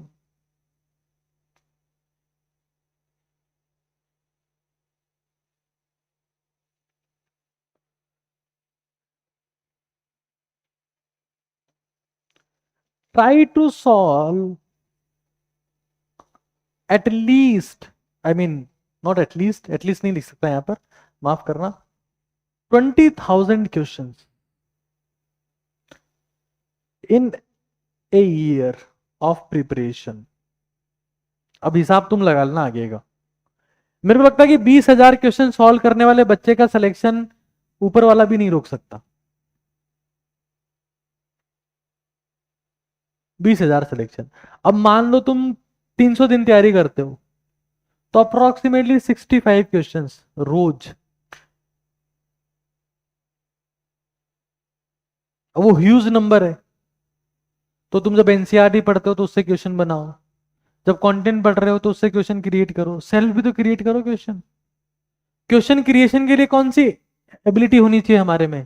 कंटेंट अच्छे से समझा हुआ होना चाहिए, वही लोग तो क्वेश्चन क्रिएट कर सकते हैं, वरना वो फिक्स क्वेश्चन करते रहते। हालांकि ये जो टेस्ट होंगे आपके 100 के आसपास, इनमें आपके 10,000 के आसपास सवाल हो जाएंगे। तो अभी आपको सिर्फ 30 सवाल ही करने हैं रोज के, 60 नहीं करने। 30 भी कर रहे हो एनफ है। और वो बायोलॉजी के नहीं करने हैं, फिजिक्स केमिस्ट्री करने हैं, that is equally equally important है ना। तुम बायो सॉल्व कर रहे हो, मजे आ रहे हैं, मेक्स नो सेंस। तुम लोग को एनसीईआरटी वर्ड टू वर्ड मिल गई बायो की, सॉल्व कर रहे हो उसको? कर रहे हो क्या? गोल्ड माइन थोड़ा ना मिली, गोल्ड माइन, गोल्ड माइन एक बुक है वो नहीं मिली, ठीक है। Try to solve at least 20,000 questions. फिर एग्जाम प्रिपरेशन में देखो एक चीज समझ लेना, सब लोग समझ लेना इसको कि बेटा 1 into 10 is greater than 10 into 1। हालांकि मैथ्स में तो यहां पे बराबर का साइन आएगा, उबासी मत ले, भी रुक जा थोड़ी देर, हिम्मत रख। 1 into 10 is greater than 10 into 1, यानी कि एक चीज को अगर तुम 10 बार करते हो तो ज्यादा फायदा होता है बजाय 10 चीज को एक बार करो। समझ रहे हो? जैसे क्या होता है ना बेटा, तुमने शायद पहलवानी सुना होगा एक शब्द, इंडियन बॉडी बिल्डिंग को है ना पहलवानी बोलते हैं, पहलवान हो गया है तो वो पता है पहलवान लोग क्या करते हैं, वो 5 किलो का डंबल ही उठाते हैं बस, 5 किलो का, 7.5 किलो का बस, और उसी में लगाते हैं 100 रिपीटेशन। अरे 5 किलो का डंबल अगर 100 बार उठाया कितना किलो उठाया? 500 किलो। ये उनको पता है। और जो जिम से उनमें क्या करते हैं, 100 किलो उठाएंगे 5 बार, और L4 L5 हो जाएगी कोलेप्स, फिर MRI करवाते फिरेंगे। 5 का डंबल, 3 का डंबल भी बहुत है, बस 200 बार उठाना है। उठा के देख लो, नानी याद आ जाएगी। अरे तुम तो हाथ ही रख लो ऐसे, आधे घंटे तक पता लग जाएगा। कई बार मुझे लोग आते हैं कहते हैं सर मैं जिम जाना चाहता हूँ पर पैसे नहीं है। मैंने कहा ईंट है? बोले हाँ सर। तो मैंने कहा गधे, तो मल्टीप्लाई करता रहे। बोले सर जिम में तो क्या करते हैं ना कि 20 का डंबल 10 बार उठवाते हैं। तो मैंने कहा कितना हो गया? तो 20 का डंबल 10 बार 200 हो गया। तो मैंने कहा तेरे पास ईंट है? बोले हाँ। बोले कितने किलो की है? तो सर 2 किलो की। 100 बार उठा, ऐसे उठा 100 बार, ऐसे उठा 100 बार, वार्म अप करने के बाद, वरना लैक्टिक एसिड जमा हो जाएगा, अगले दिन कुछ नहीं कर पाओगे। तो कॉमन सेंस पता होना चाहिए। ज्यादा चीजें होने से रिजल्ट नहीं आता, एक चीज को पकड़ के बार बार करोगे तो रिजल्ट आएगा। तुम एनसीईआरटी एक बार पढ़ोगे, तुम्हें कुछ चीजें ध्यान रहेगी, कुछ चीजें ध्यान नहीं रख पाओगे। दूसरी बार पढ़ोगे नई चीजें ध्यान चलेगी, तीसरी बार पढ़ोगे और नई चीजें ध्यान चलेगी, चौथी बार पढ़ोगे और नई चीजें ध्यान चलेगी। एनसीईआरटी वही है, पेज वही है, तुम वही हो, पेन वही है, पेपर वही है, चीजें नई कहां से पैदा हो रही है? बार बार करने से। Repeat for the miracles, repetition brings the miracles. Repeat करना है चीजों को बार बार। तो 1 × 10 इज मोर देन 10 × 1। फिर स्ट्रेस मैनेजमेंट पे ध्यान देना है। ये बहुत ही इंडिविजुअल सवाल है, मैं इसमें कोई रास्ता नहीं बता सकता, लेकिन आप में से कोई बता सकता है कि वो स्ट्रेस मैनेजमेंट कैसे करते हैं? ठीक है, 1 2 बस 4 लोग ही बताएंगे, बाकी सब स्ट्रेस में हो। हाँ, यस।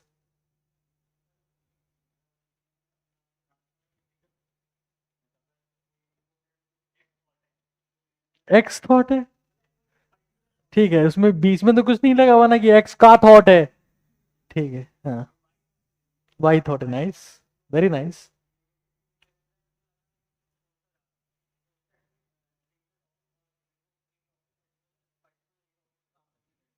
हम्म।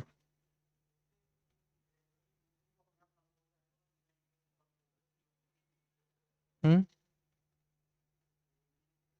ये भी क्रिया करते हो? ठीक है।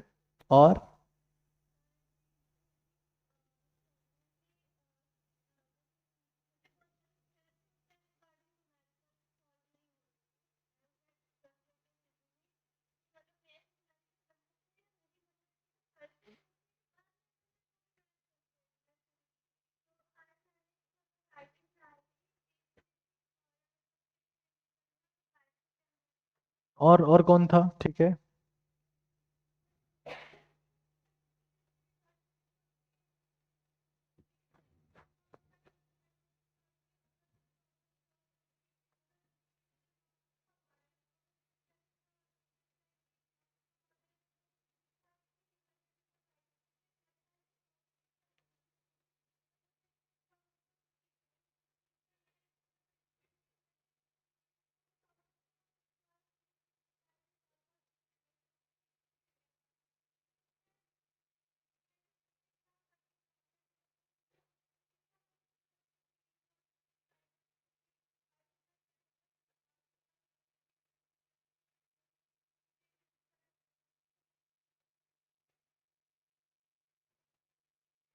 इतनी लंबी कहानी है क्यों है स्ट्रेस की यार तुम्हारी? आप बताओ, आपको क्या बेनिफिट मिला उससे वापस? आप कैसे करते हो? कितनी देर करते हो?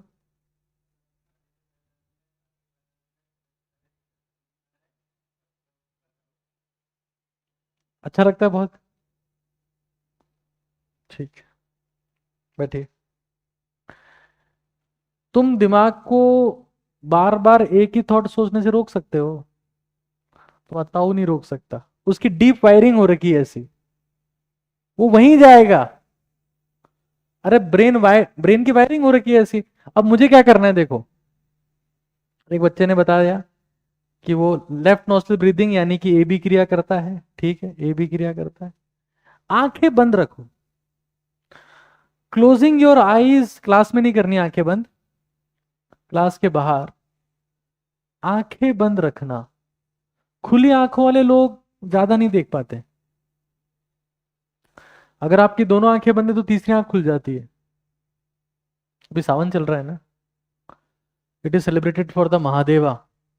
महादेव एक ऐसे इंसान है, ऐसे भगवान है जिनकी तीन आंखें हैं। तीसरी आंख खोलने की शर्त क्या है? दोनों आंखें बंद होनी चाहिए। तुम्हारी दोनों आंखें फोन में गड़ी हुई है ऐसे। इस पे कितने शेयर आ गए रील पे। वही गेम खत्म हो रहा है। तो क्लोज योर आईज। फिर नंगे पैर चलो, चाहे रोड पे चल रहे हो, चाहे कंक्रीट पे चल रहे हो, चाहे बजरी पे चल रहे हो, चाहे छत पे चल रहे हो। लोग बाग नंगे पैर नहीं चलते आजकल। एबिडास की चप्पल पहन के चलते हैं सब, एबिडास की। एडिडास की पहन के चलें तब भी ठीक हो जाएगा। भयंकर ठंडे पानी से नहाओ, भयंकर ठंडे पानी से। तबीयत ठीक हो तभी। और आराम से धीरे धीरे, पहले पानी पैरों पे गिराना होता है, कहीं सीधा खोपड़ी पे डाल रहे हो पानी और खोपड़ी जम गई, अंदर क्लोटिंग हो गई। बॉडी का टेम्परेचर ग्रेजुअली डाउन होना चाहिए। भयंकर ठंडे पानी से नहाने से डोपामिन हिट होता है एकदम से, और इंसान शांत हो जाता है। इलॉन मस्क यूज करता है इस टेक्निक को, 3-4 बार नहाता है वो ठंडे पानी से। बहुत सारे लोग यूज करते हैं, जिनका गीजर नहीं होगा उनको नहाना ही पड़ेगा, तो शांत हो जाते हैं इनडायरेक्टली। जैसे कि लोग कहते हैं कि मैं ना गया गंगा में नहाया और शांत हो गया। गंगा बर्फीली है भाई, तू क्या तेरा ताऊ शांत हो जाएगा? तो बेसिक सेंस है ये। जो नदी बर्फीली होगी उसमें नहाते शांत हो जाओगे। लूनी नदी में नहा, राजस्थान वाली में, तो शांत हो जाए तो अशांत हो जाएगा परमानेंट के लिए। तो ये कॉमन सेंस की बात है ना। लेफ्ट नोस्ट्रल ब्रीदिंग हो गया, कोल्ड वाटर हो गया, क्लोज्ड आइज, नंगे पैर। और जब कंटेंट लिख रहे हो, जैसे समरी नोट्स बनाने से भी इंसान शांत होता है, पता है? समरी नोट्स बनाओ अच्छे से। और सबसे इफेक्टिव तो मैं यही कहता हूं। आपका क्या नाम है? कृष्णा। वाह यार, बैठो। तो इस बच्चे ने जो बताया ना कि लेफ्ट नोस्ट्रल ब्रीदिंग करो, सबसे अल्टीमेट चीज है। एंटी डिप्रेसेंट का काम करते हो, एंटी डिप्रेसेंट। तुम्हारे दो सिस्टम है, एक का नाम क्या है? पैरासिम्पथेटिक। एक का क्या नाम है? सिंपैथेटिक। सिस्टम को अगर तुम्हें बिल्कुल शट डाउन करना है तो दायां नाक बंद कर लो, बाएं से सांस आने दो, तो वो शट डाउन हो जाएगा और पैरा वाला एक्टिवेट हो जाएगा। ये तो पता है ना राइट लेफ्ट कौन सा है? अरे हमारे दो छेद क्यों है, एक ही होता यहाँ पे गोला। दो छेद क्यों है? Because they have different mechanism. Right कौन सा है? देखिए एक बार सब लोग राइट बंद करना अपने अपने राइट। चेक करता हूँ कौन उल्टा हाथ लगा रहा है। आधे ऐसे कर लेंगे, थोड़े थोड़े बंद हो गए दोनों। राइट बंद करो सब लोग। हाँ, अब तुम जितनी देर सुन रहे हो ना, ऐसे हाथ लगा के सुनते रहो मेरी बात, है ना? मैं जो बातें करता रहता हूँ तुम सुनते रहो थोड़ी देर। तो ये हमने कुछ बातें बोली, अभी कोई नोट डाउन नहीं करेगा। 5 मिनट तक अपन ऐसे ही चलेंगे। आगे चलते हैं भाई। Point number 23। इस दुनिया में दो रस हैं जिससे इंसान को बहुत मजा आता है, एक सोम रस और एक निंदा रस। प्राचीन काल से ही पुरुष सोम रस का मजा लेते रहे हैं और स्त्रियां निंदा रस का, क्योंकि दोनों में ही मजे आते हैं। आजकल के तो पुरुष भी निंदा रस का मजा ले रहे हैं। तभी एलजीबीटी कम्युनिटी बन गई है।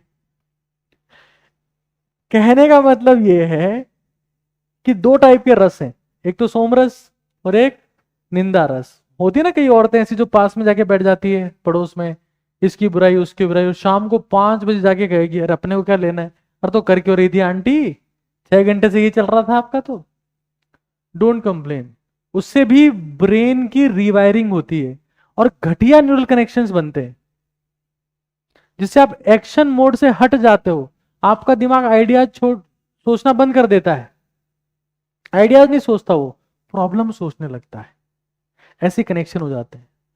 तुम देखना कंप्लेनिंग लोग जो है ना, कंप्लेनिंग लोग वो हमेशा बस में, टेम्पो में, ट्रेन में, जनरल में वहां मिलेंगे आप, क्योंकि वो कोई प्रॉब्लम सॉल्व नहीं कर पाए, उनकी समाज में कोई वैल्यू नहीं।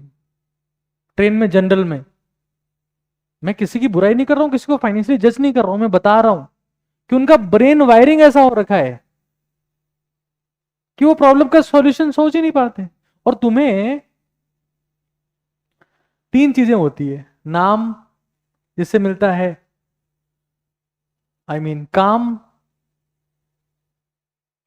जिससे मिलता है दाम, और अगर काम दिए हुए दाम से ज्यादा करो तो मिलता है नाम। ये किसको मिलता है? तुम्हारे पास में कोई इंसान आएगा, प्रॉब्लम लेके आएगा ना, डॉक्टर साहब मेरे को ये दिक्कत हो रही है, और तुम छाती ठोक के कहते हो मेरे ही हो रही है, तो कौन सी बड़ी बात है, तुम्हारे चाटा मारेगा ऑफिस की जगह। The patient is coming for the solution to you, और तुम्हारी कैपेबिलिटी इस बात पे डिपेंडेंट है कि तुम कितना बड़ा सॉल्यूशन क्रिएट कर पाते हो। इलॉन मस्क की कस्टमर नासा है भाई, सोच लो उस इंसान की सक्सेस का लेवल। उसने रीयूजेबल रॉकेट्स बना दिए, जो रॉकेट सैटेलाइट को छोड़ के आएगा वापस आ जाएगा। उसकी कस्टमर नासा है, तो सोच लो अपने आप कितना बड़ा आदमी होगा। तो और तुमसे न्यूमेरिकल सॉल्व नहीं हो रहा, और तुम कहते हम लोग मिलीनियर क्यों नहीं बन रहे। अरे तो न्यूमेरिकल तो सॉल्व कर। प्रॉब्लम सॉल्विंग स्किल्स होनी चाहिए। तो प्रॉब्लम सॉल्विंग स्किल्स आती है फिजिक्स और केमिस्ट्री से। तुम बायो पढ़ते रहते हो, वहां प्रॉब्लम ही नहीं है। प्रॉब्लम सॉल्व करो, कंप्लेन मत करो। कंप्लेन, न्यूमेरिकल नहीं हो रहा तब तो कंप्लेन करो कि सर हमको बता दो। बट तुम अगर इसी मोड में रहोगे ना भाई, खत्म हो जाओगे। यही लोग होते हैं जो कुत्ते की मौत मरते हैं। तुमको पता है कुत्ते की मौत क्या होती है? तुम जानते हो कुत्ता कैसे मरता है? ये रोड है, कुत्ता कभी रोड क्रॉस करते हुए नहीं मरता है। वो जाता रहता है रोड को क्रॉस करते करते, उसको लगता है कि नहीं ये गाड़ी तेज आ रही, वापस घूमता है, और तब तक वो गाड़ी वाला सोच लेता है कुत्ता जा रहा है इधर, काट लेता हूं। तो उन दोनों में होती है लास्ट कोलिजन, और कुत्ता मर जाता है। तो कुत्ता क्यों मरता है? Because of second thought. तुम यहां तैयारी करने आ गए, तुम्हारे सेकंड थॉट आ रहे हैं, यार ये नहीं करता हूं, यार वो कर लेता हूं, यार ये ठीक नहीं, मैं वहां चला जाता हूं। कुत्ते की मौत तुम्हारे लिए लिखी जा चुकी है, और अब तुम मरोगे कुत्ते की मौत, जिसका कोई डेट, कोई टाइम, कुछ नहीं होता है। Second thought, never give second thought. अब सेकंड थॉट कब आता है? जब हम बुराइयां करते रहते हैं, क्योंकि बुराइयां करते करते करते करते एक दिन हम खुद की बुराई करने लग जाते हैं, और हम एक दिन खुद ही एक सामाजिक बुराई बन जाते हैं।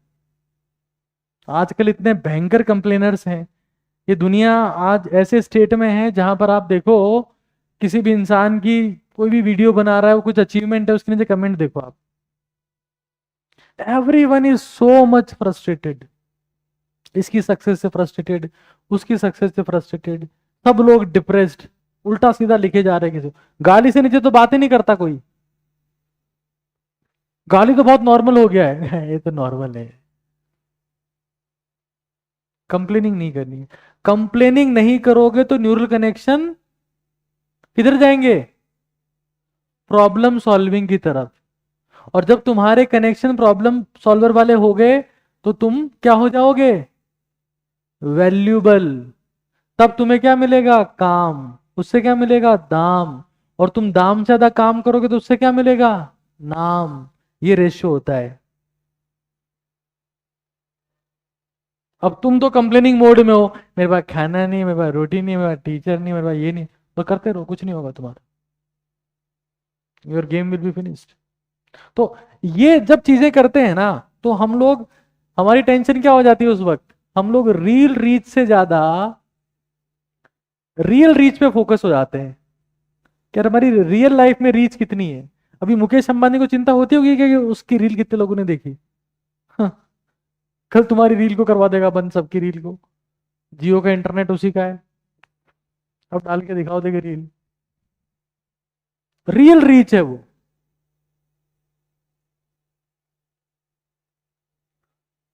तुम बहुत भयंकर शांत तो नहीं हो गए हो? परमानेंट शांत में तो जाना, हटा लो हाथ, चलो थोड़ी देर। थोड़ा ठीक लगा? ये नाक बहने लगा दूसरा वाला, जिसको बंद कर रखा था उसमें तो कुछ नहीं हुआ, दूसरे वाला बहने लगा। शांत फील हो रहा है थोड़ा? अरे झूठे लोगों बोलो सच। ठीक है, इनको नोट डाउन करो जितनी बातें मैं कह रहा हूं। कंप्लेनिंग का ध्यान रख लेना भाई, बहुत बहुत बहुत इंपॉर्टेंट है। तुम लोग कंप्लेनिंग में ही मर जाओगे वरना।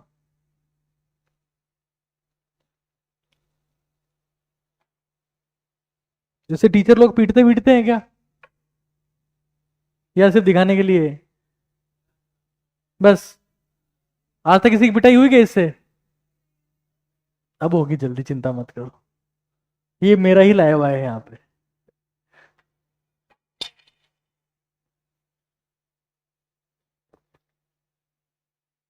अब देखो, एक और मोस्ट इंपॉर्टेंट बात मैं आपको बताता हूं, पढ़ना कैसे है।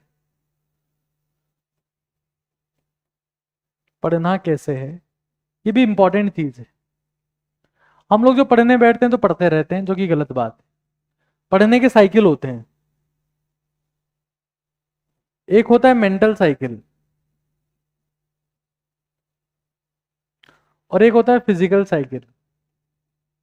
फिजिकल साइकिल हटा देता हूं, उसका नाम मैं चेंज कर देता हूं आज। उसका नाम कर रहा हूं मैं रिकवरी साइकिल।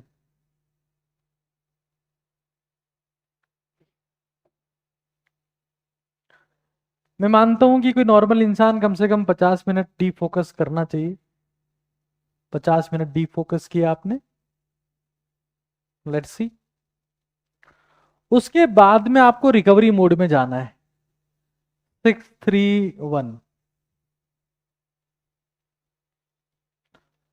10 मिनट का रिकवरी होना ही होना चाहिए, अगर बहुत लंबे समय तक पढ़ना है तो। तुम बैठे रहोगे, खत्म हो जाओगे। खत्म हो जाओगे बिल्कुल एक दिन तुम। 6, 3, 1 का मतलब क्या है? 50 मिनट मैंने पढ़ाई करी है, ये 10 मिनट का टाइम है। 6 minutes walk and stretch, please don't compromise your health. Walk करना है, स्ट्रेच करना है, 3 मिनट डीप ब्रीदिंग करना है, और 1 मिनट में कुछ पी लो, पानी थोड़ा सा कुछ खा लो, ताकि तुम रिचार्ज हो जाओ, वापस फोकस कर पाओ। वरना तुम्हारा, तुम 10 घंटे बैठे, लेकिन हर घंटे क्वालिटी ऑफ कंसंट्रेशन वो नहीं रहेगा जो पहले घंटे में था। तो तुम 5 घंटे पढ़ रहे हो, बट इफेक्टिव कंसंट्रेशन 2.5 घंटे ही था, क्योंकि तुम रिकवरी नहीं कर रहे थे। Makes no sense. समझ रहे हो? तुम तो बैठे हो 6 घंटे, बट तुम्हारा रिजल्ट नहीं आ रहा 6 घंटे वाला, because you are not recovering your self. तो 6 मिनट क्या करना है? वॉक और stretch to make your blood circulation better again. Deep breathing. Deep breathing कैसे करते हैं? ये पेट के ऊपर हाथ रखेंगे ऐसे, और पेट बाहर निकलना चाहिए। अभी नहीं करना है, रुक जाओ, मैं बता दूंगा, अभी कल मेरी क्लास और है, सब बता दूंगा। तो पेट स्ट्रेच होना चाहिए। अगर पेट स्ट्रेच होता है तो वेगस नर्व स्टिमुलेट होती है, तुम शांत होते हो। पेट फूलना चाहिए पूरा, तो डीप ब्रीदिंग होगा। थोड़ा वॉक किया 5-7 मिनट, फिर डीप ब्रीदिंग किया, फिर कुछ पानी पी लिया, थोड़ा सा कुछ खा लिया, फिर वापस पढ़ने बैठ गए। Recover your self. तुम रिकवर नहीं कर रहे हो, तुम मारे जाओगे एक दिन। Recovery is way more important. ये लोग जो है रोनाल्डो, विराट कोहली, ये लोग क्यों लंबे टाइम तक खेल पा रहे हैं? रिकवरी पे ध्यान देते हैं भाई। ये लोग क्लब में जाके दारू नहीं पीते, रिकवरी पे ध्यान देते हैं।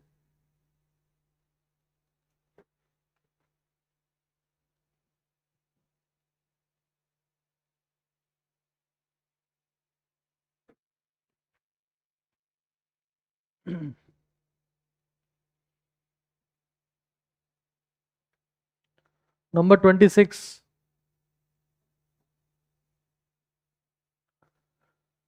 और यहां मैं लिख दूंगा 27, जैसा कि मैंने प्रॉमिस किया था।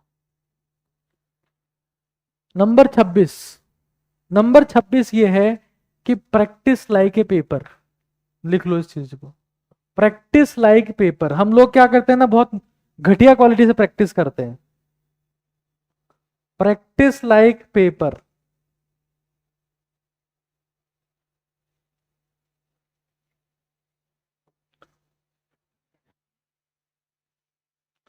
क्या होता है पेपर? किसको बोलते हैं पेपर?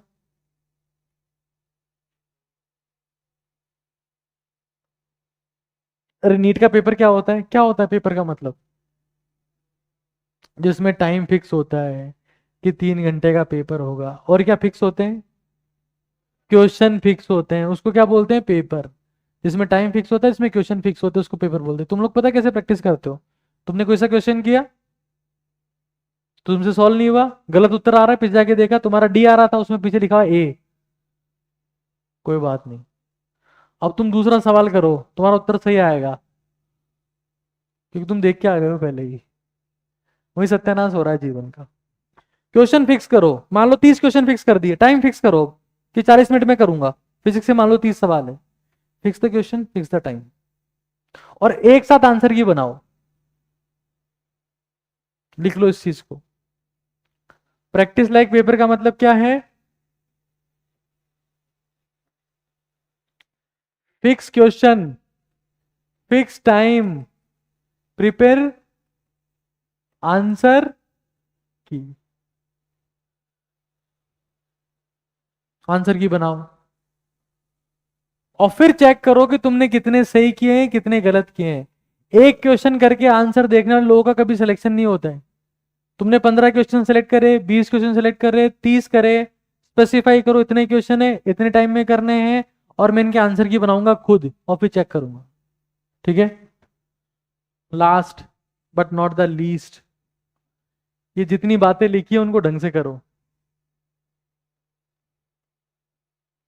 ढंग से फॉलो करो, क्योंकि 27वीं नई बात से कुछ नहीं होगा। ये 26 पुरानी बातें बार बार रिपीट करनी है। That is way more important. हर नई चीज कोई चमत्कार नहीं होती, जो चीज पुरानी हो और बार बार की जाए वही चमत्कार करती है। पता है ना ये बात तो?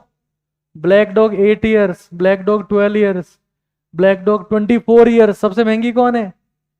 24, क्योंकि वो बार बार प्रोसेसिंग की गई है उसकी, जैसे तुम्हारी वैल्यू है।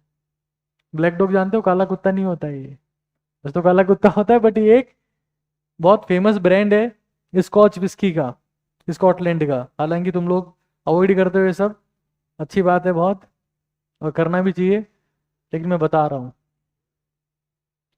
कि कोई सी मेटल हो, तुमने मेटलर्जी में पढ़ा होगा कभी, कि मेटल की जब बार बार रिफाइनिंग होती है, तो मेटल की वैल्यू बढ़ती जाती है। लिख लिया सब कुछ? 26 का 26 लिख लिया? दिखाओ देखे सब ऐसे करके एक बार।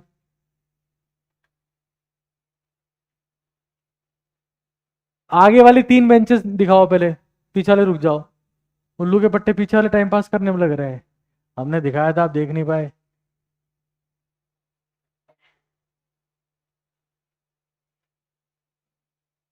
बेटा देखो, लिखना एक सुकून भरा काम है ना? तो बहुत बढ़िया तरीके से लिखा करो, अच्छी राइटिंग में, घास मत काटा करो। अभी से डॉक्टर मत बनो तुम, ये दवाई ले लेना। आगे वाले 2 बेंचेस, मैंने आगे वाले 3 में आ तो गए तुम लोग, उसके नेक्स्ट वाले 2।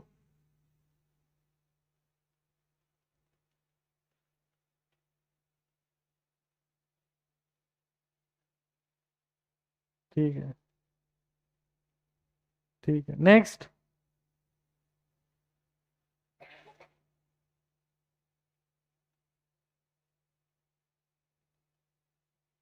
इसको वापस सही से लिख लेना, और जब जब तुम्हें लगे तुम आउट ऑफ ट्रैक जा रहे हो, तो यही मैप रहेगा, जीपीएस यही रहेगा। जीपीएस चेंज मत कर देना तुम लोग, अगर तुमको at the end of destination वही रखनी है तो। डेस्टिनेशन चेंज करनी है तो फिर जीपीएस चेंज कर देना पूरा ही, बट री रूटिंग इसी से होगी बार बार कि चलो यहाँ नहीं अब ऐसे करो, समझ रहे हो। और कोई सा टेस्ट पेपर फेंकना मत, जितने भी टेस्ट पेपर यहाँ होंगे गलती से फेंकना मत उनको, तो बहुत काम आएंगे तुम्हारे, समझ गए। अरे बोलो तो सही, मर गए क्या तुम लोग, एकदम से सुन हो जाते हो यार, तुम क्या गजब लोग हो। रिवाइज कर लो एक बार शुरू से लेकर लास्ट तक, पूरा का पूरा, और तुम्हारे फेवरेट पॉइंट मार्क कर लो उनमें कि तुम किस फेवरेट पॉइंट पे काम करने वाले हो, most favourite point of yours, जो तुम्हारा सबसे फेवरेट पॉइंट है उसको मार्क कर लो। यस,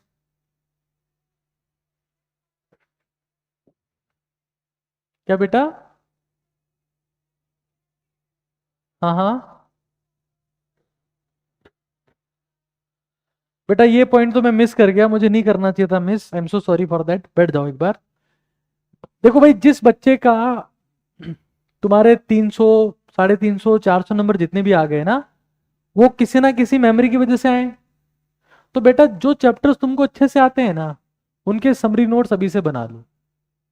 एक चैप्टर तो ऐसा होगा जो तुम्हें आता होगा सही से, अरे बोलो तो सही यार, अब मर मत जाया करो एकदम से यार। तुम लोगों को पता है ना कि जो एलकेजी क्लास के जो बच्चे होते हैं ना, उनको सबको क से लेकर ग तक आता है, 1 से लेकर 100 तक आता है, इसलिए नहीं कि उनमें सब में सेम दिमाग है, वो तो पूरा जोर लगा के बोलते हैं विद एंथुजियाज्म, तो समय के साथ साथ में वो खत्म होता चला जाता है। तो आप लोग कम से कम ये लिख लेना कि तुम्हारा सबसे अच्छे चैप्टर्स कौन से हैं, उनकी समरी भी बना लो, और उनको बार बार बार बार बार बार रिवाइज करते रहो। क्योंकि हमारा दिमाग एक फूटी हुई बाल्टी है, हमारा कोई भी सिस्टम चीजें स्टोर नहीं करता। तुम पानी पियो टॉयलेट जाओगे, खाना खाओ तुम वॉशरूम जाओगे, तुम ऑक्सीजन लो CO2 बाहर निकाल दोगे। हर एक सिस्टम स्टोर नहीं करता है चीजें, हर एक सिस्टम क्या है, चीजों को बाहर निकाल देता है। ब्रेन के साथ भी तुमने बहुत कुछ याद कर रखा होगा, तुम्हारे 400 नंबर आए, 450 नंबर आए, 300 नंबर आए, तो बेटा उस कंटेंट को भूलना मत। Old memory is gold memory, ये लिख लेना एक और पॉइंट, पुराने कंटेंट को मिस नहीं करना है। Old memory is the gold memory, क्योंकि हमारा दिमाग एक फूटी हुई बाल्टी है। तुम फिर वही बात हो जाएगी कि तुम नया नया सीख रहे हो, पुराना पुराना भूलते जा रहे हो। अच्छा क्या करोगे, जो तुम्हें 4-5 चैप्टर आते हैं उनके समरी नोट्स बना के चलते फिरते मेमोराइज करते रहोगे, ताकि तुम्हारे पास पुराना कंटेंट भूलने का ऑप्शन ना रहे। अरे समझ रहे हो, अरे थोड़ा जोर से तो बोलो, मरे रहते हो यार तुम लोग, तो मजा ही नहीं आता बिल्कुल। आर्मी तो जोश के दम पे चलती है, इतना जोश भी नहीं कि हम लोग बॉर्डर क्रॉस कर दें, जोश इधर दिखाना है, इस तरफ अपनी बॉर्डर में। वहां जाके करोगे ना यस सर, तो वो चाटा देगा खींच के, चुपचाप बैठ जा नीचे। आर्मी जोश के दम पे चलती है, अपनी तैयारी चलेगी होश के दम पे, लेकिन होश में जोश मल्टीप्लाई हो जाए ना, तो पूरी दुनिया खामोश हो जाएगी, ऐसा रिजल्ट आएगा तुम्हारा। अब तुम्हारे में सिर्फ होश है, जोश नहीं है, ठीक है, नथिंग विल हैपन। होश भी हो, जोश भी हो, तब तुम्हारा रिजल्ट आएगा अच्छा, और तब तुम कंसंट्रेट कर पाओगे। अब रिवाइज कर लो, और अपने जो फेवरेट पॉइंट्स हैं उनको स्पेसिफाई करो कि तुम्हारे फेवरेट पॉइंट है।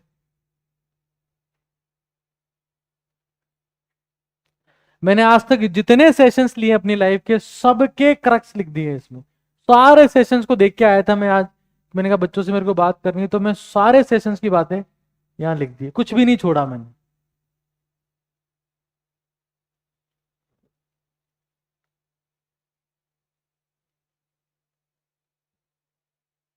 एक मैं डाइट की बात भी कर रहा था, मैंने उसको मार्क करके छोड़ दिया था।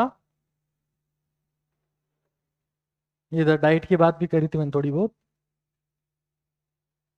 तुम लोग है ना, एक आदत तो बना लो कि कुछ ना कुछ भिगो के सोया करो, आंखें नहीं, दिक्कत यही तो है ना। मैंने कहा कि कुछ भिगो के सोया करो, और तुम सोते हो आंखें भिगो के।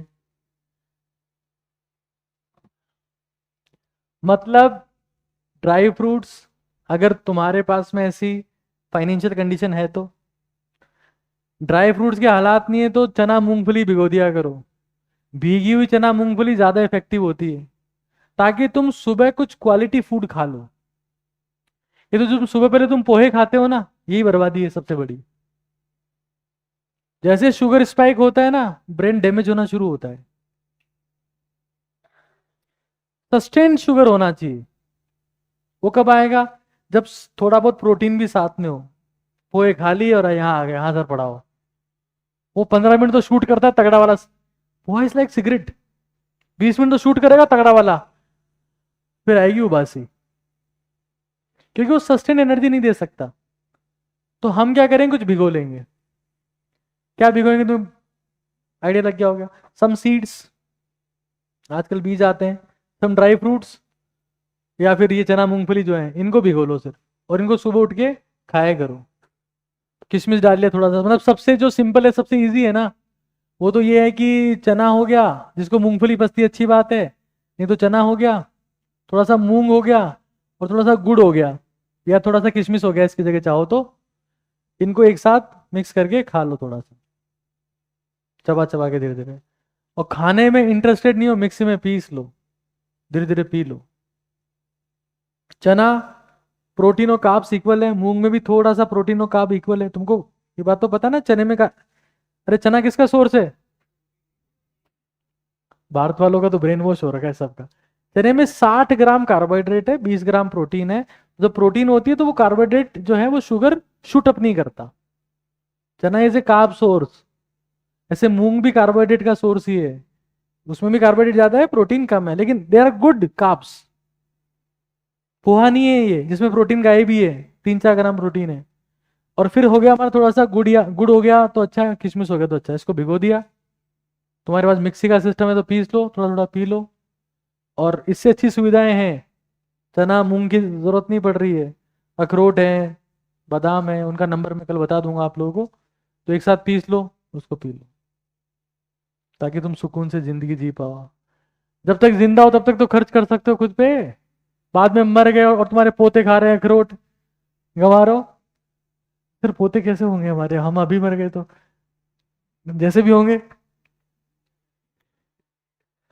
तो मेरा कहने का मतलब इतना सा है कि खुद के ऊपर खर्च किया करो थोड़ा सा। अब खुद के ऊपर खर्च ये नहीं करो गांजा मंगवा रहे हो दूसरे से, लेके आया यार, अच्छा अच्छा क्वालिटी का गांजा लेके आ, मजा नहीं आ रहा है। तो अपने को कुछ ना कुछ भिगो के सोना, ये हैबिट होनी चाहिए। और लाइफ लॉन्ग हैबिट होनी चाहिए। मैं 1 साल के लिए नहीं कह रहा हूं, जिंदगी भर के लिए। हो सकता है कल को तुम्हारी बहू जो आए वो तुमको अच्छा खाना ना दे। बहू मतलब तुम्हारे बेटे की जो आएगी बीवी। फिर तुम सोचो यार बुढ़ापे में कोई साथ नहीं दे रहा है, तुम्हारी आदत होनी चाहिए तुम्हारा ध्यान रखने की। समझ रहे हो? अरे बोलो, मरो तो सही यार।